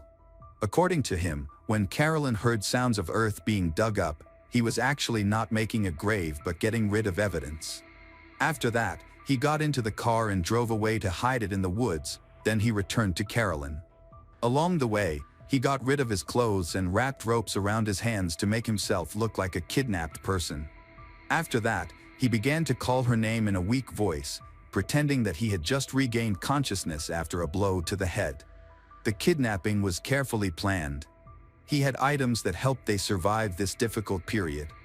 Even the fact that they returned to the place from which they had escaped was part of the plan. However, one aspect still remained unclear. Why stage such a spectacle? 22-year-old Julian admitted that he wanted to marry Carolyn immediately.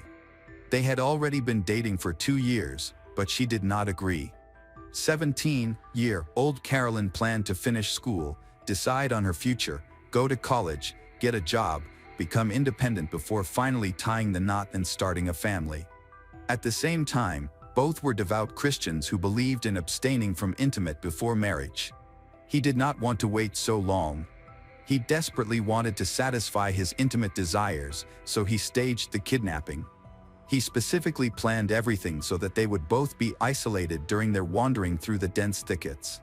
Julian tried various tactics to persuade his girlfriend to be intimate. He reasoned that they might not survive this adventure, and it was worth trying intimate. He also convinced Carolyn that in the face of death, They had entered into an alliance in the fight for their lives, which he equated with marriage. Julian even tried to persuade her that they needed to engage in intimate intercourse to keep warm at night, claiming he had read about such a method somewhere. Carolyn was unwavering, continued to refuse, and insisted on her beliefs, convinced that God would save them. Therefore, his plan ultimately failed. Among the items Julian had prepared for the trip, there was a map of the national park. They had not actually gotten lost when Julian realized Carolyn was not going to give up. Therefore, he decided to lead them out of this national park. After Julian's confession, he was slapped by Carolyn, charged with kidnapping and perjury. The trial was scheduled for August 2009. Julian was not held in jail after the trial because his wealthy family posted bail. Julian took advantage of the situation and made another attempt to escape punishment. In September 2009, he obtained an Indian passport, boarded a plane, and flew to China. The document was obviously fake but of sufficient quality to fool Australian security services. Julian dyed his hair black and spent a long time sunbathing to darken his skin as much as possible, even though he was fair-skinned and required many tanning sessions. Although he managed to fly out of Australia, the Indian security services were more vigilant and refused to let him enter the country. Julian was arrested in Singapore.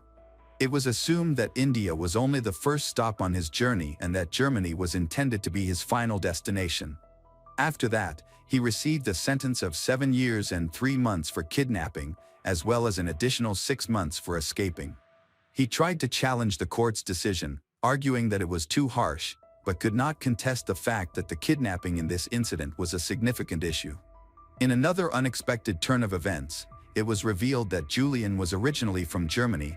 His family had moved to Australia at an early age. In 2014, the Immigration Service considered the possibility of canceling his visa. Julian tried to resist this decision but failed. In 2016, he was deported to Germany, ending up in a country where he did not know the language at all. There were no relatives or acquaintances with whom he could start anew. His further fate is not reliably known, and there is no information about whether he went to prison. According to some sources, Julian's situation has worsened. On the other hand, Carolyn could not come to her senses for a long time after such a betrayal. It was difficult for her to learn to trust people, especially men. What happened in her life afterward is unknown.